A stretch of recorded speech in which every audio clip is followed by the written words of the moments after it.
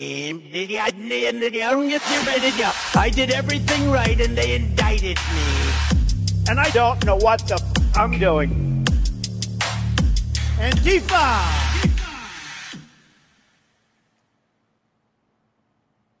Hello, everybody, and welcome to the Katie Halper Show. We have a great show for you today. We are so excited. We have 3 segments we are doing, and they are all going to be very exciting, very informative, and very enlightening. Our first guest will be Colonel Lawrence Wilkerson, a beloved guest of the show. Then we will be having Tony Greenstein return to the show.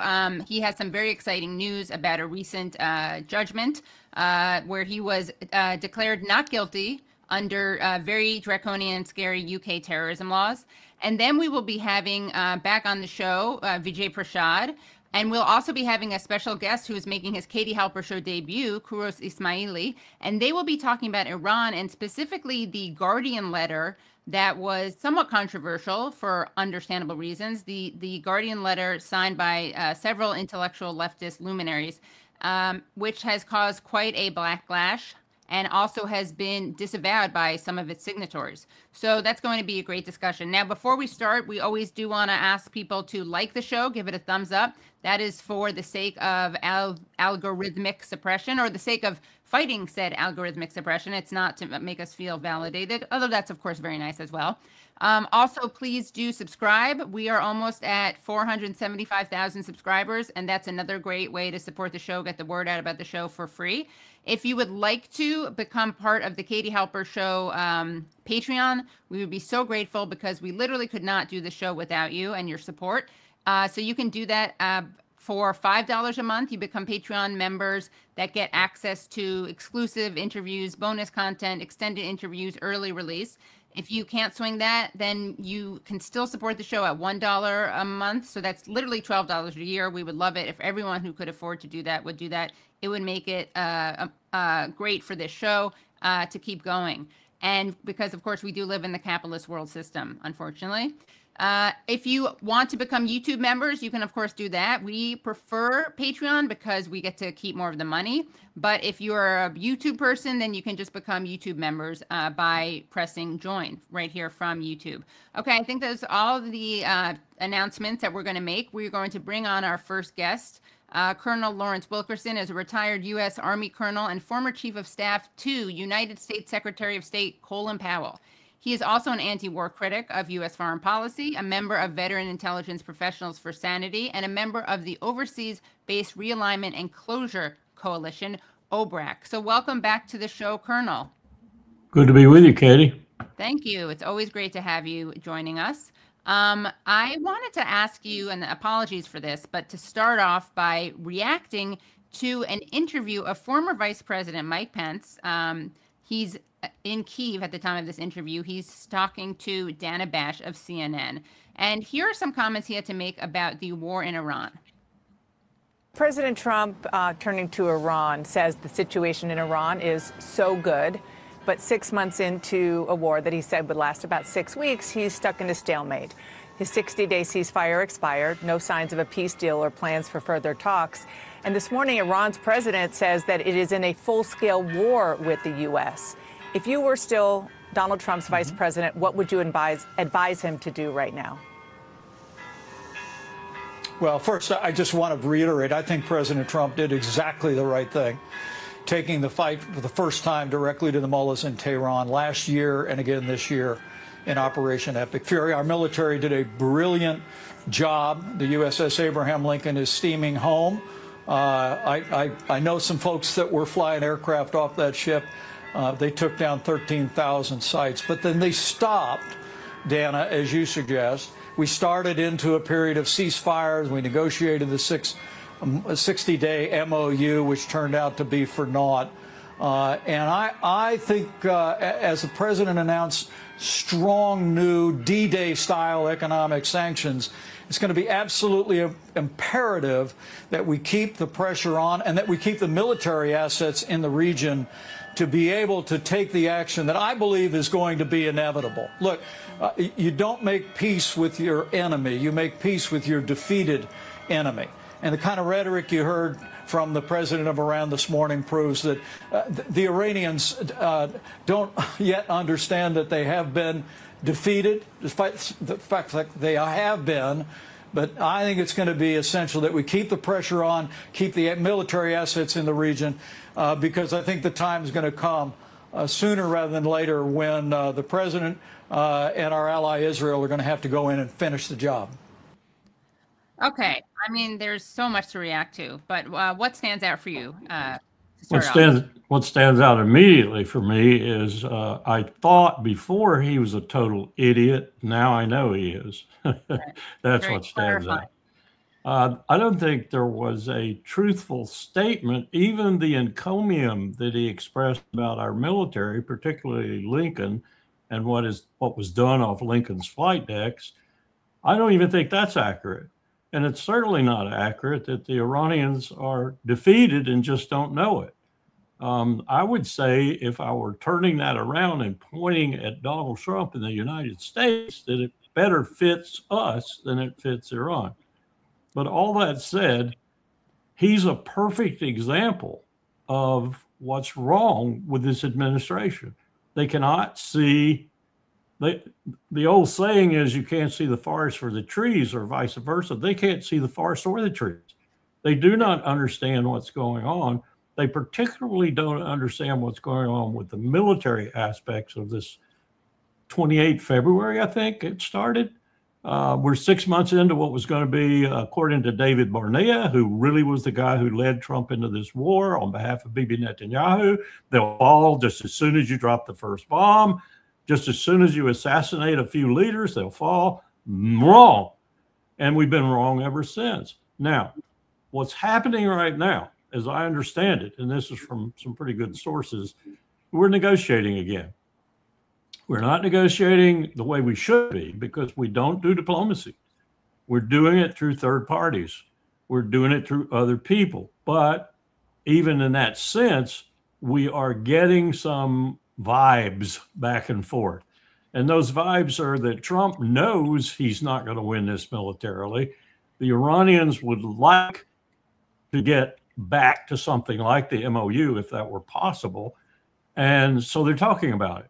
And Trump is using the talks, I think, more than anything else to delay, because he doesn't want a manifestation of total defeat or an Iranian strike in more ways than they've done before, that is to say, civilian targets in the region and targets that will really be impactful to the global economy. He doesn't want that before the elections. So his plan, I'm being told, is, and this makes sense for Donald Trump, is to delay and to keep this going at a low ebb and to use the economic warfare that he's started now under that moronic Scott Bessent, the Secretary of the Treasury, hedge fund trader par excellence. Under him, this economic warfare will be something that will elongate the situation so that we get through the elections. And that's what he's trying to do. He's trying to stop the kinetic action in most cases, keep it in abeyance, do the economic sanctions, talk at the same time. If he gets back to something that looks reasonably like the MOU that he discarded, but gives him more power with regard to the Strait and other issues that he wants power. The reason he turned the MOU down was because he surrendered. He essentially surrendered. He recognized reality in the MOU, and he surrendered most of the high ground that he thought he was holding, when in fact he wasn't holding anything. But the MOU would have been effective had they gone on and negotiated further and come up with some modus vivendi for the Strait, and then moved on to the other things like reparations, frozen assets, the nuclear program ultimately, and so forth. So he screwed that up. Now he's trying through negotiations, he says, to get back to that position, or maybe a little bit better position in terms of what he wants. But he's really using it as a subterfuge to delay military action so that it doesn't go haywire on him before the elections. And then he's going to resume it. He's going to resume it as soon as the elections are over, however the elections go. And that's a big question, I think. What do you mean by that? Well, I mean, if they start turning really sour for the Republicans and for Donald Trump, I think he's got some things in store for us. Any ideas what that would look like?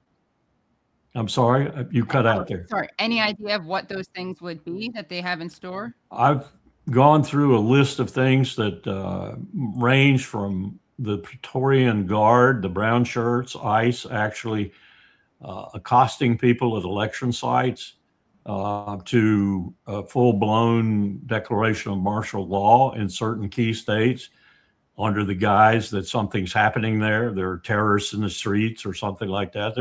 There's no question in my mind that these people have plans. Now, whether they'll implement it or not. And I go back to January the 6th in the previous administration, at the end of the previous administration of Donald Trump. And I say what I said then. That coup, and it was a coup. It was a coup in the process. And the man you started to show off with was a part of it initially. That failed, not because our system held. It failed because the coup plotters were incompetent. They are not going to make that mistake again. They've studied every component of it, and they know one very important factor: they need a significant portion of force on their side, whether it comes from Department of Homeland Security and ICE, which I think it will, at least in part, or whether it comes from Heg's now kind of preacher-packed military, where he has elements that he can identify that will operate on behalf of Donald Trump and on behalf of Pete Hegseth. So we might have a civil war in the military even, because they aren't all that way, but there are a significant number of them that are that way, both in the militia, the National Guards, and in the active components. So they have got their plans in order for whatever it is they want to do. And we all are going to wait with bated breath to see what it is. You are obviously a colonel, and you have contacts who are still in the military. I had you on before with another great guest, Mikey. What is his last name? Weinstein, right? Mikey Weinstein, yeah. Who's great. He's from that amazing organization that's about the separation of church and state, basically from within the military. And he was talking to us about all the calls that he was getting, his organization was getting, from people complaining that their higher ups were saying that this was a holy war, that Trump was anointed by Jesus to be doing this, etc. So what are people saying from within the military, and are there any plans? I mean, I guess you wouldn't be able to reveal them, right? Because but how nervous should we be? And I also want to say, this is something that I think a lot of people who you and I don't really agree with politically used to say. And I think there was some exaggerated criticism of Trump before. And I think they have taken advantage of that, and they have kind of stepped up their lawlessness. Well, there's a significant effort in the military to identify people who are, what, for lack of a better term, are MAGA advocates. And there's a significant effort to identify those people who are, for Hegseth and his prayer meetings and so forth, very religiously motivated. You spoke of Mikey. One of the things that he revealed a couple of weeks ago is we actually had a special forces team leader in Israel open a briefing with all manner of people in the briefing, including U.S. Navy SEALs. And that's how we got word on this, because one of the SEALs called Mikey and told him about it. And he led off with a Christian prayer in a tactical operational briefing for special operating forces that could have been going into Iran, and that had all manner of people, including Jews, in their midst. They led off with a Christian prayer. You can't hardly make this stuff up. This is insanity. And this guy called Mikey and told him about it. So you have to ask yourself, how many of those people are there actually in the ranks, and how many of those people would follow Jesus rather than the Constitution, and rather than do their duty the way they're supposed to do their duty? Would they follow immoral, unethical orders? If you've seen this Air Force gentleman, I think this Air Force guy is a hero, real hero. The guy who stood on the Capitol steps and said, I'm not going to do this. And he's being prosecuted under the UCMJ. He's a hero. He's as much a hero. He didn't self-immolate, but he's as much a hero as Aaron Bushnell was when he did what he did for the Palestinians. Right. But there are so few of those. There are so few of those. Katie, there should be all kinds of people in the military at all grade levels and all services that are making objections and making the kind of objections that this gentleman made. Yeah, that is scary, and we'll try to find some video of that for later, maybe to cut in. Just going back to and what can people do? What can regular people do to prepare for this, prevent this, right? Because of course, most anti-war people are not armed, and we don't have the power of the military behind us. That's a big problem that we've identified throughout our history, that Congress, the people's closest part of government, as Madison said, the people's representatives are the people's representatives. The U.S. legislature is that which is closest to the people. They have no army. They have no Navy. They have no Air Force. Now, of course, in the Constitution, they have more responsibility for all of those components of the armed forces than the president does. Far more responsibility. But Trump has stripped them of that. Presidents before him have stripped them of that. They don't pay any attention to the war power. They don't pay any attention to what the Constitution says about Congress's responsibilities with regard to the armed forces, which are much more profound than the president's responsibilities. But Congress has surrendered those to the executive branch, just like they've surrendered the emoluments clause. I mean, what is Trump doing but ripping off the country? And Jared Kushner and all the rest of them, ripping off the country. And yet Congress is doing nothing. Congress is supine. They are supposed to be the people that respond to the executive branch's overreach and its illegal actions. They're doing nothing. So we're caught because that most powerful part of the government with regard to checking the executive is not doing anything at all to check the executive. Now, the Democrats are trying in some cases, and there are a few Republicans that have joined a few Democrats, but by and large, it's on issue by issue. It's not on the bigger problem we have, which is a president who is usurping power like no other chief executive in the history of this republic. And I hesitate to call it a republic because we're rapidly turning into and have all the manifestations of being an empire, and an empire badly led, miserably led, and looking a lot like the Western Roman Empire after Augustus, not during Augustus, who was a pretty damn good ruler, after Augustus. We're looking a lot like that. We're falling apart, really. And we don't seem to realize it integrally. And the Congress doesn't seem to realize it. I think they're going to realize it when November rolls around. I hope I'm wrong, but I think we're going to see some very, very unfortunate activities and actions by the executive branch as we come closer. Look at his poll ratings. I mean, his poll ratings, as far as I know, they're the lowest in the history of polling. He was, in one poll, he was 26%. In another poll, he was 32%. And the Republican Party's not doing a whole lot better either. And every day they lose more and more of the MAGA component because people wake up and see what's happening. They either see it on the international scene where this insane war is being waged against Iran, or they see it on the domestic scene, or both. I went into the grocery store yesterday, and you know, I'm pretty much a giant guy all the time now. So I go in and I buy the same thing roughly about every 2 weeks. $260, $280, $300. Yesterday it was $357. So, I mean, wake up, America. You're being treated like absolute dirt. And the president's the one doing it to you, whether it's his tariffs or his economic policies in general, or whether it's this war. He's doing it to you. Right. So wanted to ask you more about foreign policy and Donald Trump.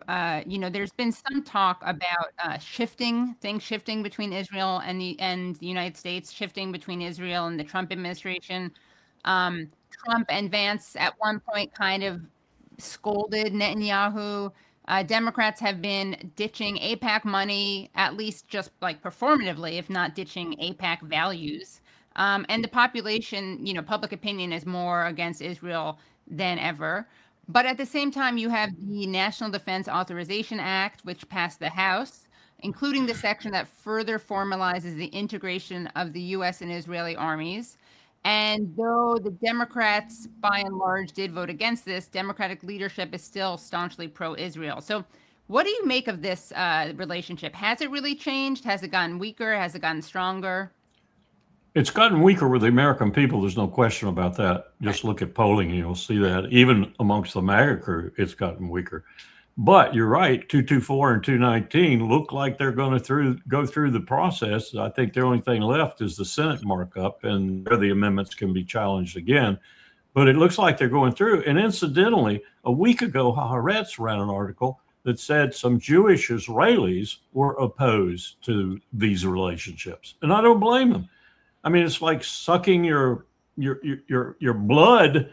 If you're a country that's attached to this, you're like a vampire, and it works both ways. And so there are some Israelis who are worried about it too, and I don't blame them for being worried. This is worse than anything that's been developed in the history of the modern history of states. That two states would be so linked in this way in such critical areas. I've said it before.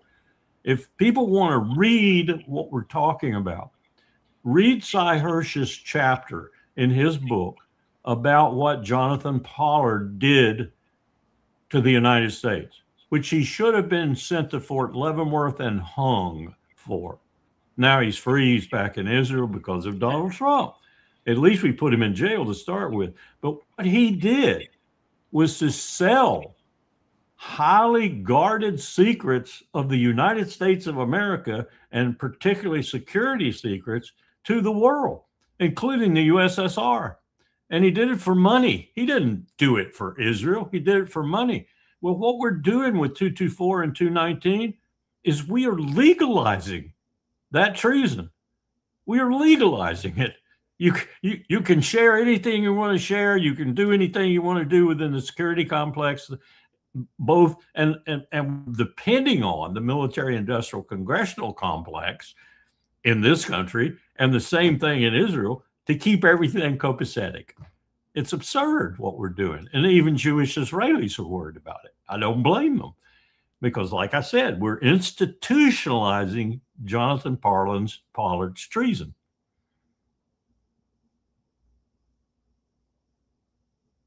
Sorry, I muted myself. This, by the way, is Jonathan Pollard, just so I want to show people. Jabba the Hutt. He looks like Jabba the Hutt. Yes, that is true. Although that's probably the most appealing thing about him, honestly, yes. Wrapping everything up. So this is Jonathan Pollard, the spy. Here he is giving, this is during COVID, so I guess they're doing like an elbow jab. Oh, he's younger there. Yeah, right. That was, yeah. So, but here he is with Benjamin Netanyahu. And he, for people who don't know who he is, can you just give us some more background about what he did and then how he wound up where he is now? Well, he's a gentleman who spent time in the U.S. national security complex. And in that time that he was there, he traded secrets. And everyone thought, and I think that's probably the general view of him in America anyway, if people know anything about him at all. That's one thing we do. We hide our traitors really well. But what he did was he gave away information for money. And the positive aspect of it, if you will, if there's any positive aspect, was that he was doing it on behalf of his home country, Israel. Well, we now know that he was doing it on behalf of himself and on behalf of a whole lot of other countries. And I think you would have to say Israel was complicit in this in some cases, including the Soviet Union when the Cold War was on. We were giving away top secret and code word, classified at the highest level material to our enemies in the world. And some of it was being sold for money. And if you want to say what Jonathan Pollard's true motivation was, and you really look at it hard, it was money. Maybe some faithfulness to Israel, maybe not, but mostly money. And we convicted him of treason, and we put him in jail. And as far as I could tell, we were pretty much throwing away the key. And then all of a sudden, Trump comes along and establishes this really cozy relationship with the murderer, the homicidal maniac, the genocide creator, Bibi Netanyahu. And all of a sudden, Pollard's pardoned and back in Israel. We actually have a video. Brad, do you have that video ready that I just sent you? So here's a video of Jonathan Pollard from August. Let's see, it's very recent. It is from, at least it was posted on August 23rd. Very exciting news. He is now running for a seat in the Knesset. I'm not kidding. So the Israeli spy is running for Knesset. He's launching a campaign, so he'll be trying to run in October's election. But let's take a look at what he had to say about what Israel should be doing.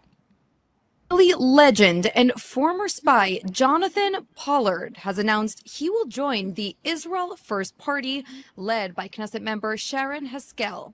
This is a massive step into politics for Pollard, who actually joins us now on the broadcast to talk about this decision.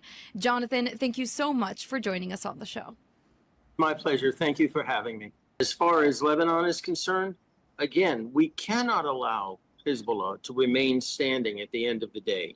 I've been in favor of pushing our border, officially pushing our border north to the Awali River and not stopping until Hezbollah is completely destroyed. As far as Iran is concerned, again, this is a major threat. We shouldn't be waiting on the United States. I mean, I don't know what President Trump has up his sleeve. I mean, I don't even think he knows at this point. And I've identified what's called a third option for us. And that option is to go it alone, Israel first. And we have the resources, we just don't have the willingness to go ahead and take Iran off the map, so to speak. We have to do this. We have to destroy the IRGC, not Iran proper, but the IRGC, Hezbollah and Hamas, in order to prepare for the next war. I hate to put it that way, but Turkey and Egypt are coming up next as our major strategic threat in the north and the south. And unless we have all these other fronts eliminated by that time, we're going to be in a terrible situation. After everything you've been through, and I can share that on a little bit more of a personal note, I've had a poster of you up in the house begging to bring you home after everything that you've gone through over in the United States, from the intelligence world now to entering politics. What's one thing that you think that might surprise people who only know the public version of Jonathan Pollard and not the personal version? What would surprise them? I actually have a sense of humor. Yeah, I think he does have a sense of humor. If Israel can go it alone and get wipe out Hezbollah, Hamas, and the IRGC. But yeah, I thought you were going to play the one that I saw that was just unbelievable, where he talks about using a nuclear weapon. Oh, okay. I mean, this guy is he is the Sith Lord's junior partner. Yeah, but what is he talking about? Going it alone? Is that even? He wants to take Egypt, Turkey. He wants to take Lebanon. This is a guy. I will say this for him. He is revealing what Ariel Sharon in the Oval Office in the summer of 2004 with George W. Bush, when George W. Bush looked at him across the desk and said, essentially, over to you, because the peace process is dead. The roadmap is dead. And Powell was there and looking like being told I'm through with the peace process. And he was being told he would meet with Arafat one more time, but it didn't do any good. People said he crawled out on a limb and Dick Cheney sawed it off. And that was what happened. We killed everything. And we said to Sharon, do whatever you need to do. And ever since then, with Bibi picking up the mantle in a big, vicious way, that's what's been going on. And Katie, what that means is they take Egypt, they take Iraq, they take Jordan, they take Syria, they take Lebanon, and they push Turkey. That's what it means. And that's what Pollard was telling the truth about. In that sense, he's a truth teller. That's what Greater Israel means to people like Smotrich, Ben-Gvir, a host of Knesset members, some of which are over in the West Bank right now, beating up on Palestinians personally and using their favorite IDF unit to help them. This is what it's all about if you boil it down to what Netanyahu and his like really want to do. And Pollard is telling the truth about that. Well, we have this clip. I believe we're going to be getting it shortly. This clip that you referred to, where he talked about nuclear weapons and using them. Nate, you texted that to me and Brad, but you haven't texted it to Brad. There it is. Okay. Brad, let us know when that is ready. But I mean, I don't understand. How could they possibly go this alone? That was great. I always love talking to Colonel Wilkerson. Just want to remind everyone, it's so scary though talking to him. He's so insightful and has so much information in his brain, and it's obviously very scary. But it's important that we know these things. As a reminder, please like the stream if you haven't already. Please subscribe. Also, if you're watching this now in real time, you're so lucky. You get to see the whole thing. If you're watching this later to see the entire stream, please go to patreon.com/The Katie Halper Show. Again, that's patreon.com/The Katie Halper Show, or you can also become YouTube members. But again, we do prefer the Patreon. Okay, we are going to be bringing on our next guest, and don't go anywhere after Tony, because after we bring on Tony, we have two more guests who are going to be talking about Iran and this very controversial letter that was published in The Guardian, but also more importantly, what it says about the anti-war leftist movement and what we have to do for that movement to actually exist. So again, put your hands together for, if you haven't already liked the stream, we want to bring as many people to watch this as possible. We are so excited to be bringing back onto the show Tony Greenstein, who is the co-founder of Britain's Palestine-solidarity campaign and the author of Zionism During the Holocaust, the weaponization of memory in the service of state and nation, which I can say is a great, great book. Welcome back to the show, Tony. Yes, thank you very much. Thank you.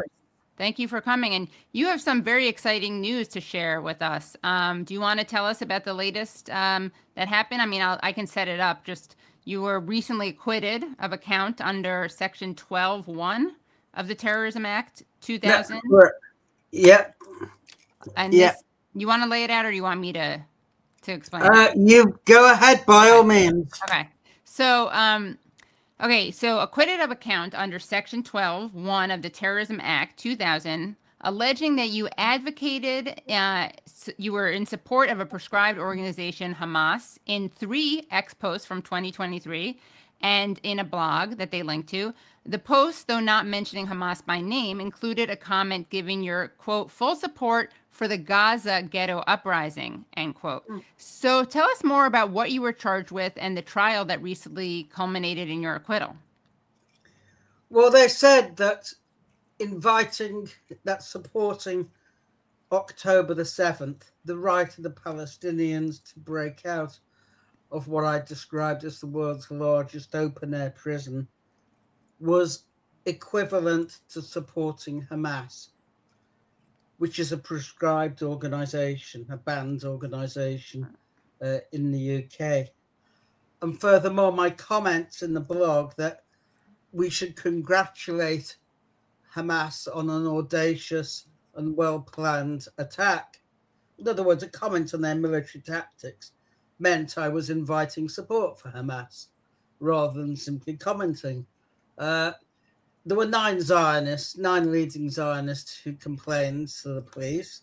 And sure enough, on the 20th of December, 2023, about a dozen police raided my flat, and arrested me for a tweet. And my only response at 6:30 in the morning was, "This is Orwellian." And so it proved. And the culmination of it was last Friday, after a 4-day trial, when I was acquitted in record time by a jury of 12 men and women. So that really is what happened. But this is the action of a police state. This is the action of a kind of junior partner tied at the hip with the United States, which will persecute its citizens for contradicting its foreign policy, which is unquestioning support for the genocidal state of Israel. Right. The mad dog of the Middle East in many ways. And what are some of the things that were revealed? Because there is this whole investigation done by the Canary about the pretty inappropriate actions that were taken behind the scenes and engaged in by the prosecution. What can you tell us about this? Well, I mean, it was a fit-up really from the start. Firstly, they seized all my computers, laptops, storage devices, memory sticks, you name it, they took it, phones, etc. Then the prosecution, because it relates to a foreign country, needs to be approved by either the Attorney General or, failing that, the Solicitor General. Now, the Attorney General, who is a liberal Zionist, in inverted quotes, Richard Hermer, he declared a conflict of interest because he has relatives serving in the IDF. So that passed to, well, fair dues. At least he admitted to it. Yeah, wow. That's surprisingly honest. Wow. Yes. But unfortunately, the Solicitor General, Sarah Sackman, vice chair for a decade of the Jewish labor movement, was not honest in the slightest. She's an avid Zionist. She clerked at the Israeli Supreme Court. She declares how much she loves Israel. And even in 2016, she attacked me personally with the now chair of the Jewish labor movement, Mike Katz, or Lord Mike Katz, and said I was a problematic figure in the Labour Party. And then that was appealed because the judge saw no problem. So that was appealed to the Court of Appeal. And Lord Justice Edis said no reasonable person could possibly think there was any bias. You know, I mean, what planet is he living in? Right. You know, I mean, it was crystal clear that she was ideologically motivated to agree the prosecution. So it went ahead. And the judge was determined to exclude any evidence that might exonerate me. And yet you were able to win. Why do you think that was? Because I disregarded the judge. She excluded evidence that I have been highly critical of Hamas. I've had blogs criticizing their Islamicization, the clampdown on freedoms, their reactionary politics when it came to the revolution in Egypt, their use of torture. I mean, nothing compared to Israel, but yeah, no, of course, not used torture. Yeah. I made it clear that in the words of one blog, I support the Palestinians, not Hamas. I'm a socialist. I'm not an Islamist. But nonetheless, they are a genuine resistance organization. Right. They were elected by the Palestinian people in Gaza and the West Bank. And they're clearly not a terrorist group. They don't plant bombs in the middle of shopping malls. They don't drop them from high on refugee camps, unlike Israel. They're not a terrorist group, but I explained that I wasn't inviting support for them, whatever that means, because I'm in Britain.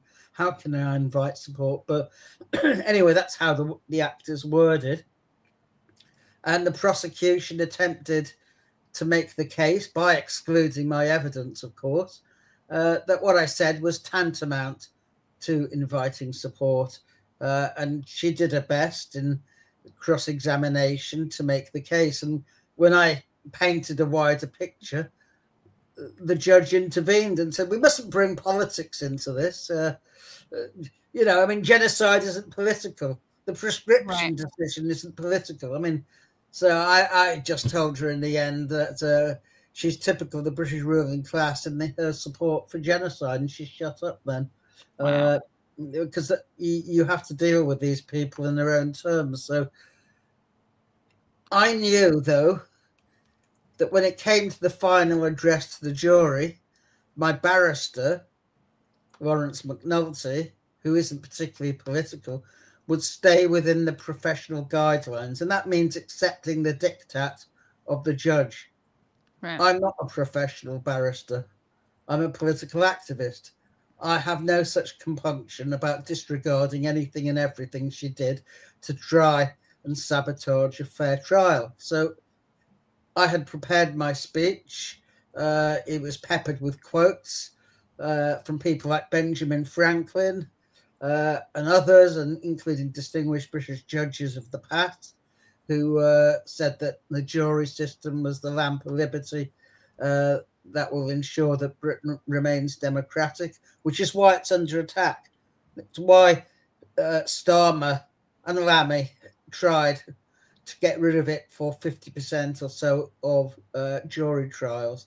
Right. It now seems to have been reversed under the present Prime Minister Burnham, but he's really cut from the same cloth as Starmer was. So, I mean, there is a fight on to defend jury trials, because juries are the only independent element in the justice system. Judges do what the ruling class and the government wants. They make a pretense at being independent, but the reality is they're as independent as a dog is on a tight leash. Right. There is no independence, and they've demonstrated it time and time again. So I took the address. It was supposed to be half an hour, but I seem to have extended it to 50 minutes. Wow. The judge was obviously fuming, but I'd already told her that she could only exceptionally intervene. That's according to the legal guidance, legal practice handbook, Archbold, which says you shouldn't intervene with a litigant in person, as I was, and that you can correct them in the summary. And she tried to correct it, but the jury had been won over by then. In my interview with the police, they referred to a tweet where, a Zionist had said, just say 3 words, I support Hamas, which is a way of entrapping people. And I said, I support the Palestinians. That is enough. But then I went on to say, I support Hamas against the Israeli army, which is obviously true.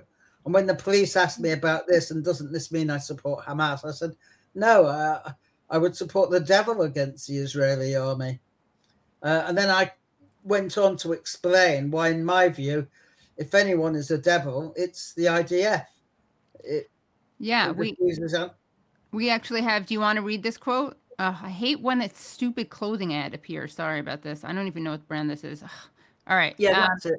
Okay, so do you want to read this? Can you see it? Yeah. Okay. Or you can, I don't mind. No, you did. You said it, so. Okay. If the devil exists, it's amongst those who prohibit anesthetics entering Gaza. It is amongst those who deliberately starve children to death, those who bomb tents and burn children alive, and those who call Palestinians human animals. So, and that's all the things that Israel has done, and much more besides, burying children alive, using them as target practice. There's really no abomination that Israel hasn't perpetrated. I don't think, and I know quite a lot about the Holocaust, I don't know of an occasion when even the Nazis executed Red Cross workers. That's exactly what Israel did last summer. It executed 15 Red Crescent workers, buried them, crushed their ambulances, and then, of course, lied and said they would approach suspiciously without their lights until the camera in one of their pockets revealed otherwise. And, of course, the BBC carried their explanation. It was all a mistake. We murdered by accident.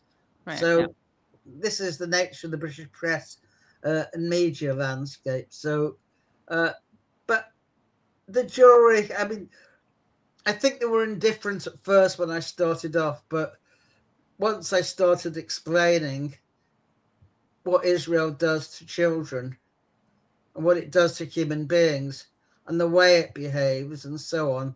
And then I explained the constitutional background, the fight for free speech, how judges were always hostile to the idea of free speech, how the comparison in the Palestine Action case between the peaceful suffragettes and the terrorist violent Palestine Action doesn't square with the historical record, because the suffragettes had a 2-year bombing and arson campaign. So they lied through their teeth. This is the lady Chief Justice. Just lied. I don't believe she was ignorant. And if she was ignorant, she shouldn't be where she is. Right. So I explained all of that to them. And, you get a sense, and I've spoken, for close on half a century as a public speaker, and you can gauge an audience when you've won them. Right. And so when the judge, when I'd finished, the judge said she was minded to cite me for contempt of court. She invited the prosecution to initiate it, but they declined. Wow. I think they knew which way the cookie was crumbling. Right. And then, really in a fit of temper, she retired the jury. And then they came back, and then she announced, and it was in record time, 2 hours and 11 minutes, and that includes a lunch break. So it obviously didn't take them very much time to make their minds up, all 12 of them.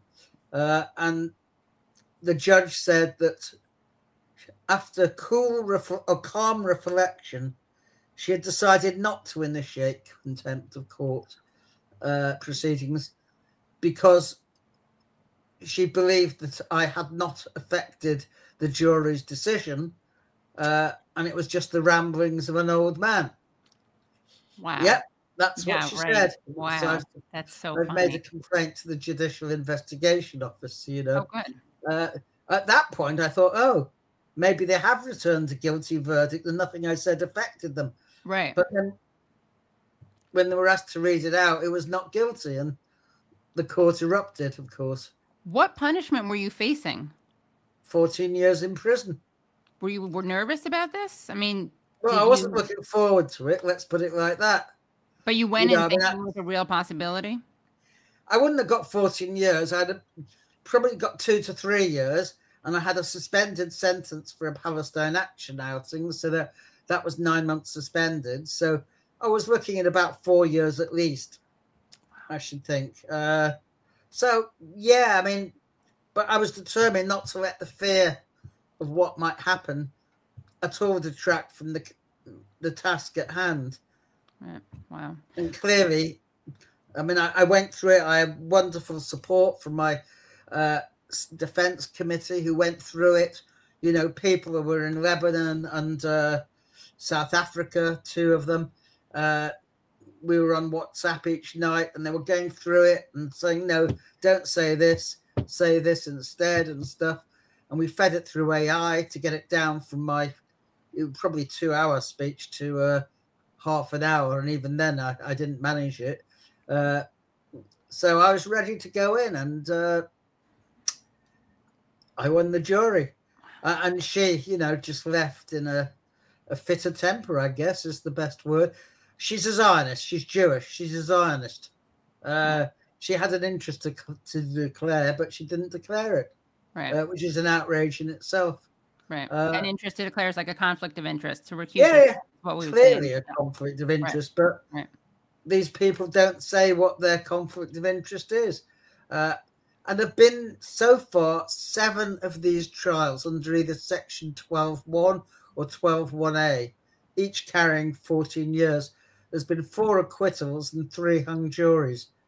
And that says to me that British juries are remarkably unwilling to send people to prison for exercising the right to freedom of speech, despite what judges say. So my advice very strongly to people is, if you feel confident, take the final speech, because your lawyers will stick to the rules.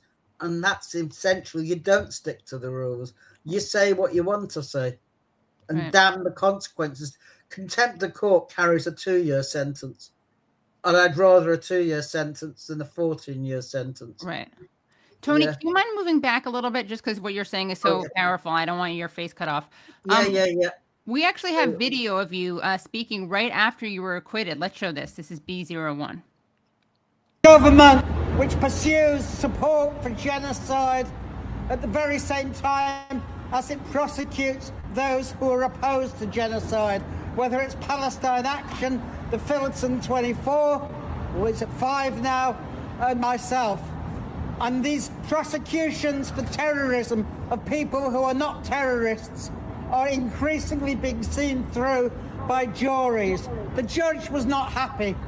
If it had been a judge-only trial, as David Lammy would have liked, then I would have been convicted without a doubt. But a jury of 12 men and women decided that I was not a terrorist and that terrorism is not opposition to genocide in Gaza.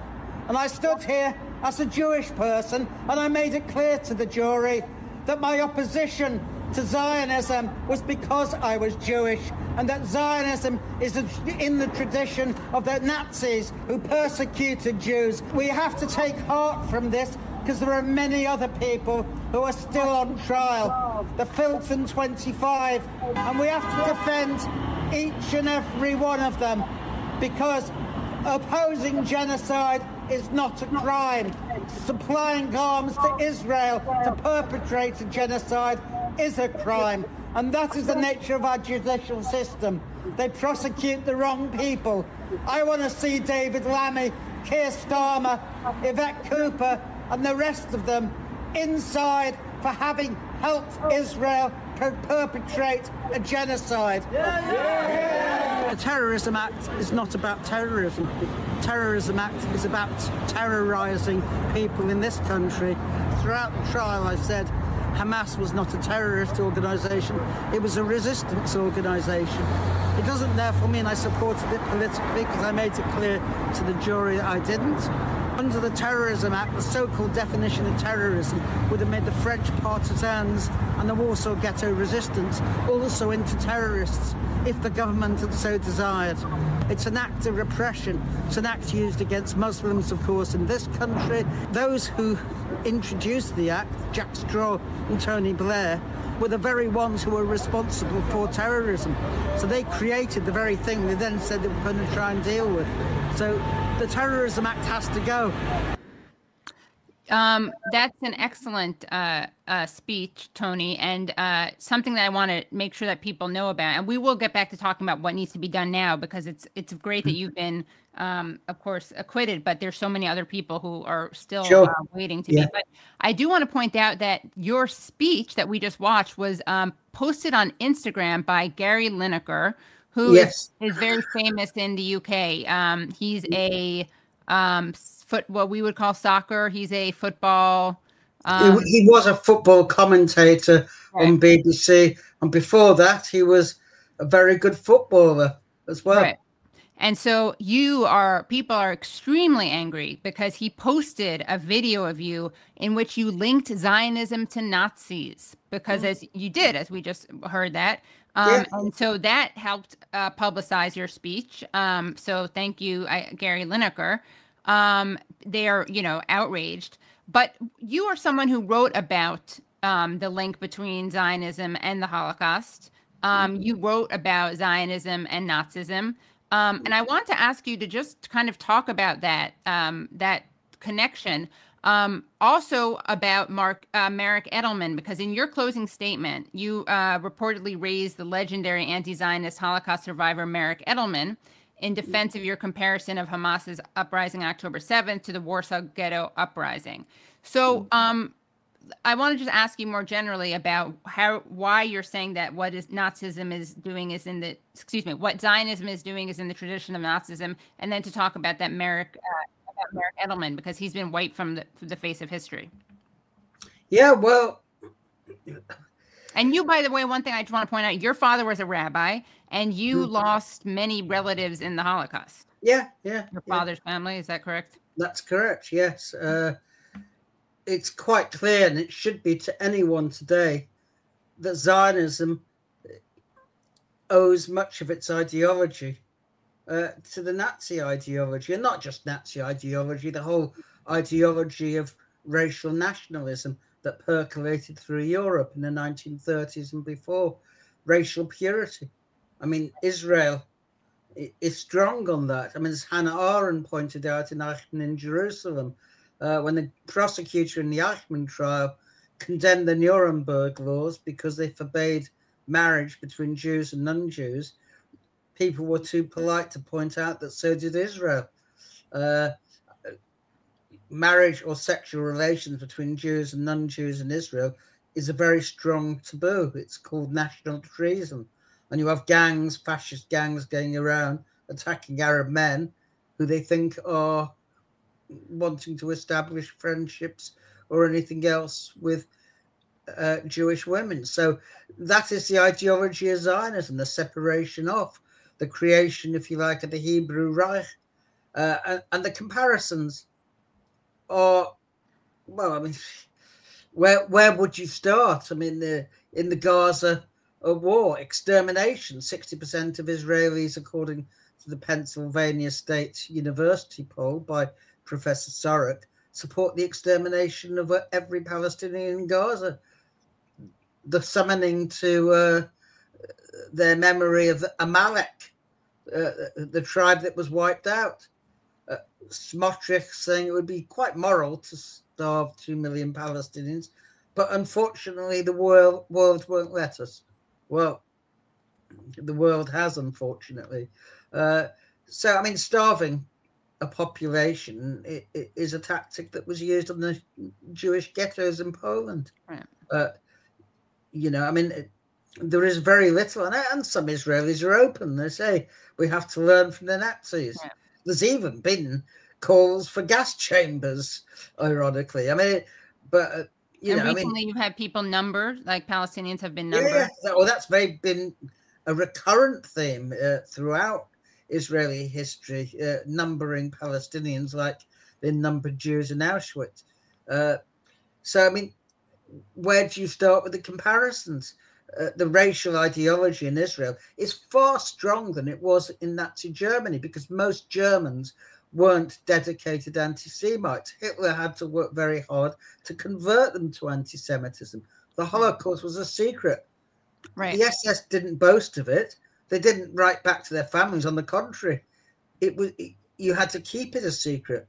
Israeli soldiers post on TikTok videos and clips of their deeds, the burning of hospitals and the targeting of children and all the rest of it. Right. One doesn't excuse what the Nazis did, but no, of course not. The reality is that Israel has inherited. I mean, it says it's inherited the memory of the Holocaust dead, but it's inherited the memory of those who killed the Holocaust dead, right. And that's what we should bear in mind.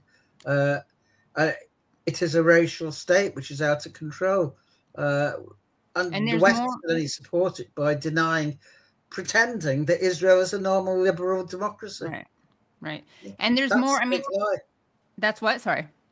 That is the big lie at the heart of Western propaganda, that Israel is a normal state. Right. When it's anything but a normal state. Right, and they're defending itself. Yeah. And this is all in self-defense. And Haim Rashid Zabner, the great historian, mutual friend, one of the founders of Jewish Network for Palestine, and also of Holocaust survivors and descendants against the genocide, he points out, and he was raised in Israel.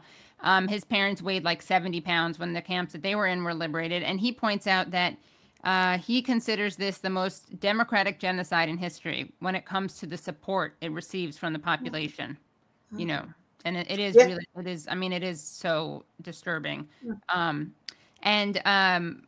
I also want to ask you about if you could talk about the way that it's the comparisons though between Nazis and the comparisons that are not allowed to be made. At least, you know, there's this attempt with the IHRA, the International Holocaust Remembrance Association. I don't know what the British equivalent is though, but it is the same. Okay. Yeah, so the comparisons that are supposed to be, you know, illegal are those between Israel and the Nazis. But Israel all the time calls Hamas the new Nazis.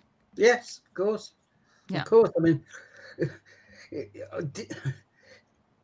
I mean, it is obvious to 99% of the population that the Palestinian peasants and inhabitants of Gaza are the victims, that the people who wear the shiny boots, who have the tanks, who have the planes, are the new Nazis, not the victims of the IDF. But to our ruling class, of course, it's important to perpetuate the myth that Israel represents the Holocaust dead, whereas we know that Israel despised the Jewish diaspora.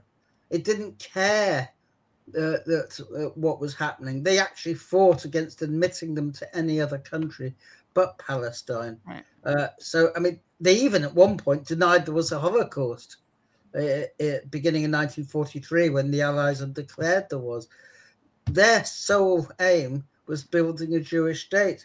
And if they regretted it, however many had been killed, it was because they'd lost the potential immigrants. And so they had to have Arab Jews who weren't really the same racial stock, you understand. So they had to be de-Arabized and so on. So and fumigated with DDT. Yeah, they sprayed Iraqi Jews coming on off the planes with pesticide. Right, and that was their attitude. And they also bombed Jewish venues in Iraq and Egypt. Yeah. The Zionists did this to try to get the Jews. And probably Morocco and Yemen too. Yeah. Yeah. We don't know the whole story. Right. But there was no atrocity that they wouldn't commit, because after all, as Herzl said in his diaries, the anti-Semites are our most dependable friends. The anti-Semitic countries are our allies. And so it has proven throughout the years. But I think people are beginning to understand now that their claims of concern about anti-Semitism are false. And Jewish people, I mean, 40% of young Americans say they're anti-Zionist or non-Zionist. Right. It's actually higher in Britain. You wouldn't know that from the Jewish organizations. Right. There's such a big split. I mean, I feel like missing from this discourse is the split between institutions and individuals, because of course, you know, the synagogues here, they almost all have support Israel. They have Israeli flags. And of course, the people who are the Jews who are more anti-Zionist and non-Zionist are precisely the Jews who are more kind of like not part of necessarily any institutions. Yeah. They're not part of a synagogue. So it's kind of it's a disturbing but somewhat misleading view of the Jewish, you know, populace. And of course, it's not a monolith. But it is encouraging to know that, I mean, it's disturbing to look at the Jewish institutions and mainstream organizations, but there is opposition, obviously, outside of that. It's not sufficiently high. But I want to ask you about why the West supports Israel, because something that you've said in the past is that Zionism all Jews could give up on Israel tomorrow and the West wouldn't stop supporting Israel. So can you explain that? Well, Biden summed it up. He said if Israel wasn't there, it'd have to be invented. And Alexander Haig said it was the West or America's unsinkable aircraft carrier. And the history shows that the British imperialists, that Britain was the major imperialist power in 1830 in the 19th century, wanted the Jewish Board of Deputies to adopt the idea of a Jewish return. And that was the last thing they wanted. They wanted emancipation, not the idea that they were a foreign nation. When Balfour, who was an anti-Semite and a thoroughgoing racist, bloody Balfour, he was known as in Ireland because he shot Irish protesters at Mitchellstown. When he issued the Balfour Declaration, the only member of the War Cabinet to oppose it was his only Jewish member, Sir Edward Montagu. So it was the British establishment who forced Zionism on Jews. And that's why the bourgeoisie adapted to it. But it took till 1939 before they got their first Zionist president, Selig Bratetsky. Right. And it was not until 1943 that they really captured it. I've just done some research in the National Archives on the machinations, but the Zionists aimed to control and to win the Jewish organizations. And that was their key aim. And we see that now, that the Board of Deputies is in the hands of the Zionists, and it's if you're an anti-Zionist, you can't join. So they were astute. I mean, they captured the institutions. So they're all people by people who spout absolute nonsense. The Holocaust memorial organizations. Never again means never again for Jews. I mean, there's no universal lessons there. And if you compare, well, that's anti-Semitic in itself. I mean, it's, so we just have to look at Zionism. I mean, when I grew up, people seriously thought that Israel was a socialist oasis in the Middle East. The kibbutz was held out. We didn't know about the Nakba. Right. We didn't know that the raised Arab villages. We didn't know anything. Yet today, we do know. Right. And Israel, I think, has lost the battle of the narratives because it's an ever-expanding and a growingly rabid state that even the West finds difficulty defending in terms of terror on the West Bank and so on. So I do think we're seeing the beginning of the end of Zionism, but I can't say how it will end. It's going to be bloody. That's the problem. Right. And can you go back to Marek Edelman and who he was and why he's so significant and why you brought him up in your case? Yes. He was the last commander of the Warsaw Ghetto Resistance, which was an alliance between the Bund, which was the major anti-Zionist party in Poland. There were young Zionists from Hashem Hatzer. I mean, it's quite interesting that the young Zionists had been told by their parent parties in Palestine to abandon the fight because the real fight was against the Arabs. And it's to their credit, they refused. They were genuine. This was during the Holocaust you're talking about. During the Holocaust. Oh, yeah.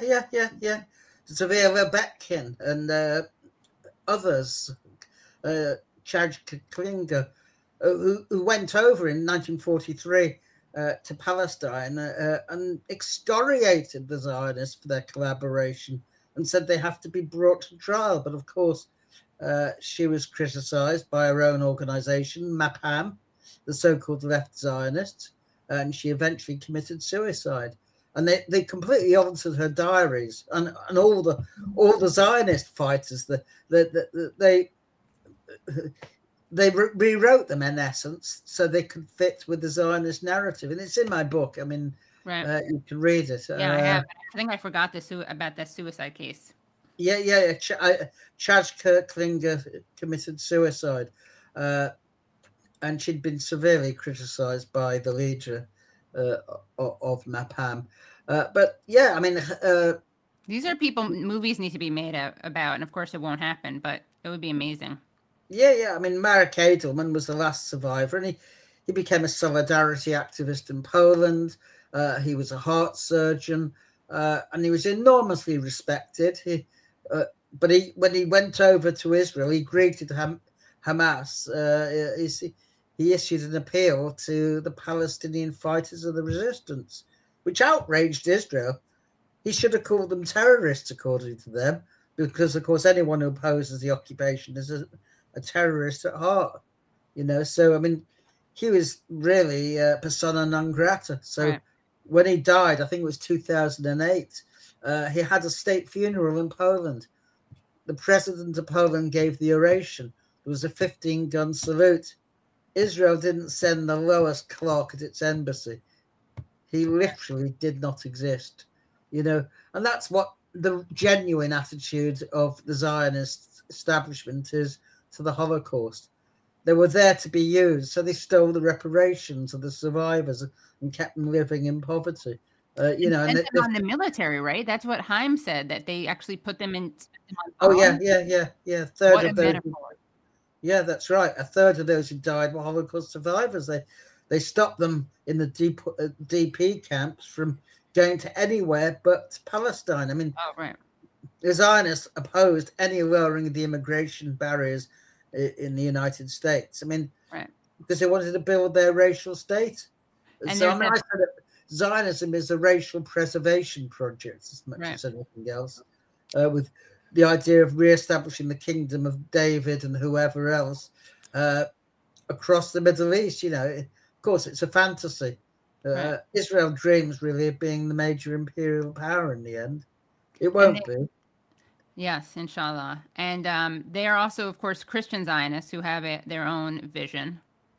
Well, yes. I mean, it's a kind of religious justification of the alliance of America and Israel. And you can consider Israel really the arm of the United States, US imperialism in the Middle East. It doesn't mean it does everything it's told and they'd have the same interests, but America is with Israel wedded to each other. And you see that. I mean, Trump may curse Netanyahu and tell him how much he's hated, but he hasn't cut off any arms supply or the intelligence or the US planes based at Ben Gurion Airport. So, I mean, and that's why it is, I think, very stupid when people attribute American support or British support to Jews and Jewish influences. Jews are the moral alibi. They're not the cause and the reason. And that's important to get the right way round. Right. Yeah, I think that's a great quote of yours, that calling it the moral alibi. And we should have you on debating or in discussion with someone who, because obviously you're kind of on the other side of the spectrum from someone like John Mearsheimer, right? For whom it's very much, I mean, I'm not saying he's an anti-Semite at all. Like, no, I don't say and you're not saying that either. But that he very much says that it's the lobby. It's like the wag the tail thing. Great conversation. And of course, there's that famous Ben Gurion quote. Speaking of Ben Gurion, you just mentioned the airport. He was the first prime minister of Israel, for those of you watching who don't know that. And he famously wrote in his diary, "If I knew that it was possible to save all the children of Germany by transporting them to England and only half by transferring them to the land of Israel, he would choose Israel." Yeah, of course. What matters is the Jewish state, uber alles, above everything. Yeah. The life of the Jewish children is secondary to, because after all, they'll die, but the state will live. And that's important. The Jewish people live, not that individuals die. So, I mean, Chaim Weizmann wrote them off in his 1937 speech to the Zionist Congress. They're dust, economic and moral dust. Right. Dust on the wheel of history was another quote from him.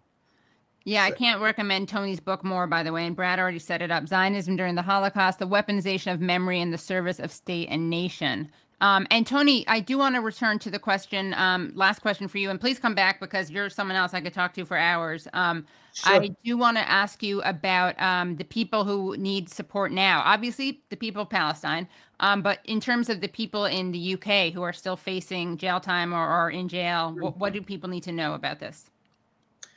Well, they need to know that there are many activists who are facing trial for attacking the weapons factories and so on, and they need support. And it's not just a struggle of the Palestinians. It's really a struggle and a fight for democratic rights for people as a whole. And that's what I try to emphasize to the jury, that if they surrender their right to speak out and to organize, then they will in the end be the losers as well.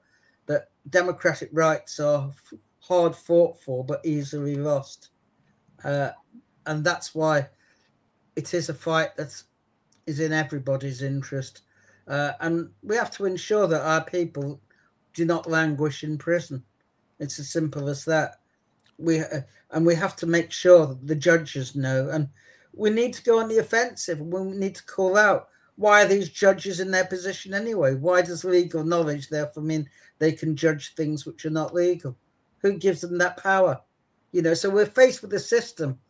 And what we need, of course, I think, is a political challenge to that system, which is why I think it's so disappointing that what happened to your party in Britain, and I hold Jeremy Corbyn first and foremost responsible for that he let his ego and his legacy interfere with the need for a socialist party. And that's what is needed in America.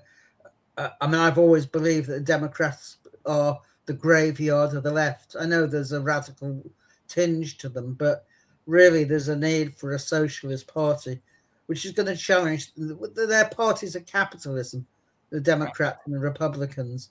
There's no principal difference between them. I mean, the Democrats started out. Democrats were the white supremacists at the time of Abraham Lincoln, weren't they? And then the Dixiecrats. Yeah, exactly. Yeah. Right.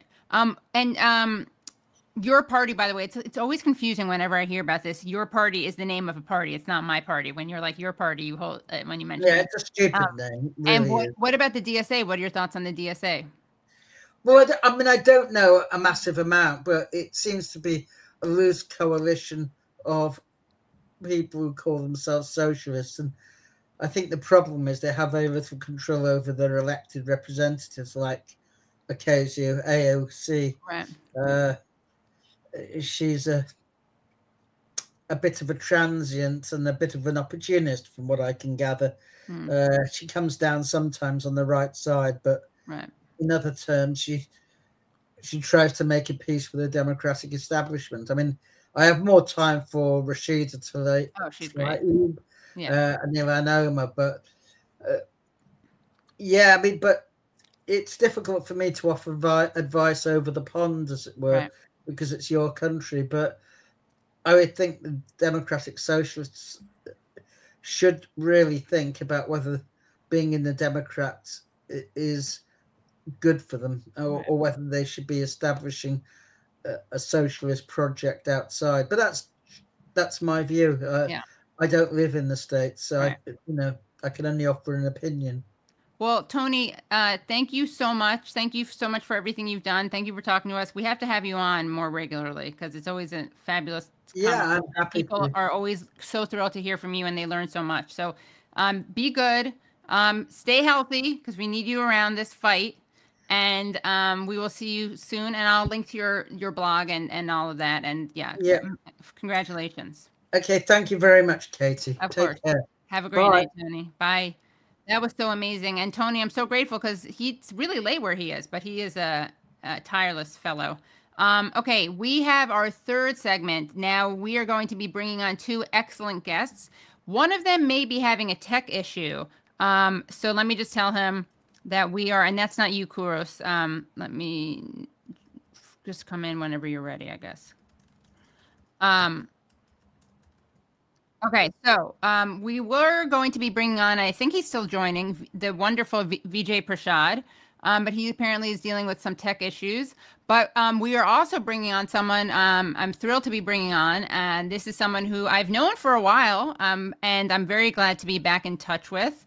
Again, historic moment because his first time on the Katie Halper Show. One second, I'm just making sure I got the right. I have to make sure. Where's the bio? I had it at the top. 1 second. I went over this so many times. Okay. Okay. All right. I got it. So Kouros Esmaeli is visiting scholar of race, colonialism, and diaspora studies at Tufts University. He's from Iran, based in Somerville, Massachusetts, and is organizing against the current war with the National Iranian American Council, NIAC. So welcome to the show, Kouros. Hi. Hello, Katie. How are you doing? Good to be here. Yeah, Finally. Thank you so much. I know. Thank you so much for coming. And I'm really excited to have this conversation. And if Vijay joins, that's great. But honestly, I was really excited to be just talking to you as well. So people should feel like you are in and of yourself an amazing guest. And actually, so my mom forwarded me an email. I hope you add me to your email list now. But my mom, who also knows Kouros from organizing, I will.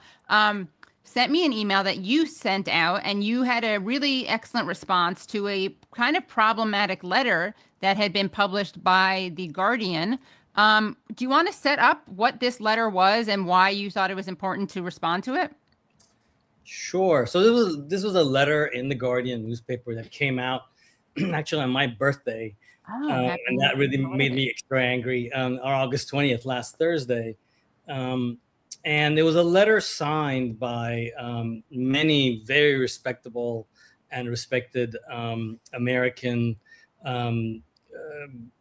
civil rights leaders, academics, intellectuals, Arab American leaders, which basically was a letter from them, these signatories, to Iranian political prisoners. And it was basically running this line of Iranian political prisoners are stuck between blades, two blades of the scissors against the American war and against the evil Islamic Republic. Right. And this came at a so it was basically equating what's happening, like, you know, Iranian political prisoners, equating their what they're going through between American bombs and the Iranian state violence. Right. And here again, this is Brad showed it, but we're just showing again to Iran's political prisoners trapped between two blades of a scissors. Open letter. Okay. Right. And so what? Yeah, please continue. So this hit really hard for me because I've been, for the past 6 months, I've been trying to really get together and organize and try to figure out what it means to be Iranian in America right now. What does it mean to sit here, to have knowledge of Iran, to be Iranian, to know all these Iranian Americans, and at a moment when Iran is bombing my native country, what is my role here? Right. And it's been harrowing. And I said this in the response that I wrote. To sort of to face what the media does, which is like you take some voices that, you know, push the official line, you highlight them, and that's happened. It happened with the Iraq War, you know what I mean? It happened with Afghanistan. It happens every time America wants to go and invade somewhere. You find some local people to say, yes, we want America to come and invade us, right? So that was, you know, par for the course, right? But then what was happening in the Iranian community is that there were a lot of people, especially like, you know, some of my friends, people who had organized politically with in working around, you know, the Green Movement and working around, you know, the anti-Iraq war, you know, some people who I really I consider my comrades, right? Who are also kind of like being very confused about what is our role right now. Right? Do we want to kind of be against this war and support the Islamic Republic? And it was just, it's been like, for me, it's very clear. I'm here. I'm an American. My power is, as far as this war goes, is in organizing other Americans to oppose this war. Right. And that's the reason I actually joined NIAC. NIAC is an organization that's been here for a very long time, for 20 years. It is the largest, you know, sort of grassroots Iranian American community. It's been very inside the Beltway. They do a lot of. I know. I was surprised. I mean, I've had. I'm not a lobbyist. I don't do lobbying. Yeah. You know what I mean? NIAC is there. I've been here, and I looked around, and of all the left, you know, of all the Iranian left, the only ones who basically were like, our role is to oppose this war was NIAC. And that's why I joined NIAC. You know what I mean? And a lot of my friends were like, oh, you're joining NIAC, but they're so conservative. And I'm like, well, honestly, right now, what we have to do is oppose this war, and NIAC is doing it. And you know, they actually have a lot of members. So it actually can be more effective than small organizations that have all kinds of like competing kind of analyses. And the analysis that to me is like insidious, and what this letter was explaining is this double condemnation. This is what we call the double condemnation: condemn America, condemn Iran, and then, you know. And for me, this double condemnation has been the way my friends have been silenced. It's the way my friends have been sitting on their hands. The way my friends do not know how to organize and relate to this historical moment. It is time for us to kind of realize that the struggle now is a struggle against American imperialism, right? American bombs going down on our country, right? And that's what. And then so this debate was happening with me and my friends. I was doing some NIAC stuff. You know, talking to different organizations. Let's collaborate. You know. And then when this letter came out, and it had some names of people who I truly respect on it, it felt like it's historic, right? There's something wrong in the way we in America are thinking about this war, right? If some of these signatories who I continue to respect think this way, it means there needs to be a dialogue and a debate. And I really kind of wrote what I wrote in the spirit of a dialogue and debate. Right. Yeah. And at this point, I really wish Vijay was here, because I really want to talk to him about this. Well, you're in luck, because look who's here. Vijay Prashad. He's here. Historian and journalist from India, based in Santiago, and director of the Tricontinental. So Vijay, thank you so much for joining. You're muted. Oh, let me unmute. No, I think you have to unmute yourself. Oh, I muted myself because I was sneezing. Oh, okay, great. Sneezing, it's winter. It's winter in Santiago. So. Oh, right. Oh, yeah, you're wearing a hat because it's winter. Yes. Yeah. Well, Well, this was like divine intervention because you were saying, I really wish Vijay were here, and here he is. I would love to know your response. And then I have some, because you also wrote a response. What are we talking about? We are talking about. What is the subject at hand? Is that a rhetorical question or you're asking literally? What is the subject? Are we talking about the Democratic Socialists of America, the elections in November? No, we're talking about the letter. The letter. What letter? The letter That's yesterday's news. On break. Yesterday's news. Well, all right, but you still wrote about it. We're not throwing anyone under the bus. You don't have to worry about that. This is, in fact, Kouros is very emphatic about how, for him, this is not about the intrigue behind the letter. This is not about how did this happen. You know, people have been, and it's worth noting, people have removed themselves. And we have a statement from Amia Abu-Jamal we're going to show. There's a video from Robin D.G. Kelley, which we're going to show. And this is not, the intention of the show is not to own people. This is not about like showing people as feds. And I think the response to this was also problematic, especially the response to someone like Mumia Abu-Jamal. He needed to be given the benefit of the doubt. He's incarcerated for life. He was going to be executed. And so that is something that we could talk about. But no, this is not about canceling people. This is about, for Kouros, it was very much in our conversations about what this reveals about the weakness of the anti-war left, right? Is that a fair way to? Yeah. Well, but let me ask you a prior question before you throw that out of the room for discussion. Because to me, the real question is, see, I know these people, many of them, I've known them for years. Robin, I've known since the late 1980s and so on. So when Robin says it was shady, which is what he says in his video, who are these shady people who put this letter together? And why can't they, or why don't they have the guts to come out in public and defend the letter that they wrote and that they then claim to have received signatures? So many of the people said that they weren't shown the final letter. By whom? Who is the organizer of this letter? Why are they hiding in the shadows? What are they afraid of?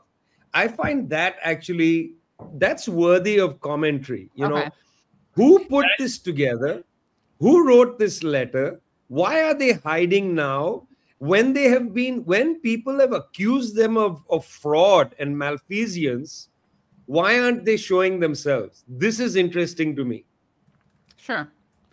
I can't answer that question, but I do want to say this is that I have some friends on that list as well. Actually, I reached out to some of them immediately as it came out and texted them saying, "What is this? Why are you doing this? Why the hell didn't you talk to me before you signed this?" You know, a number of them.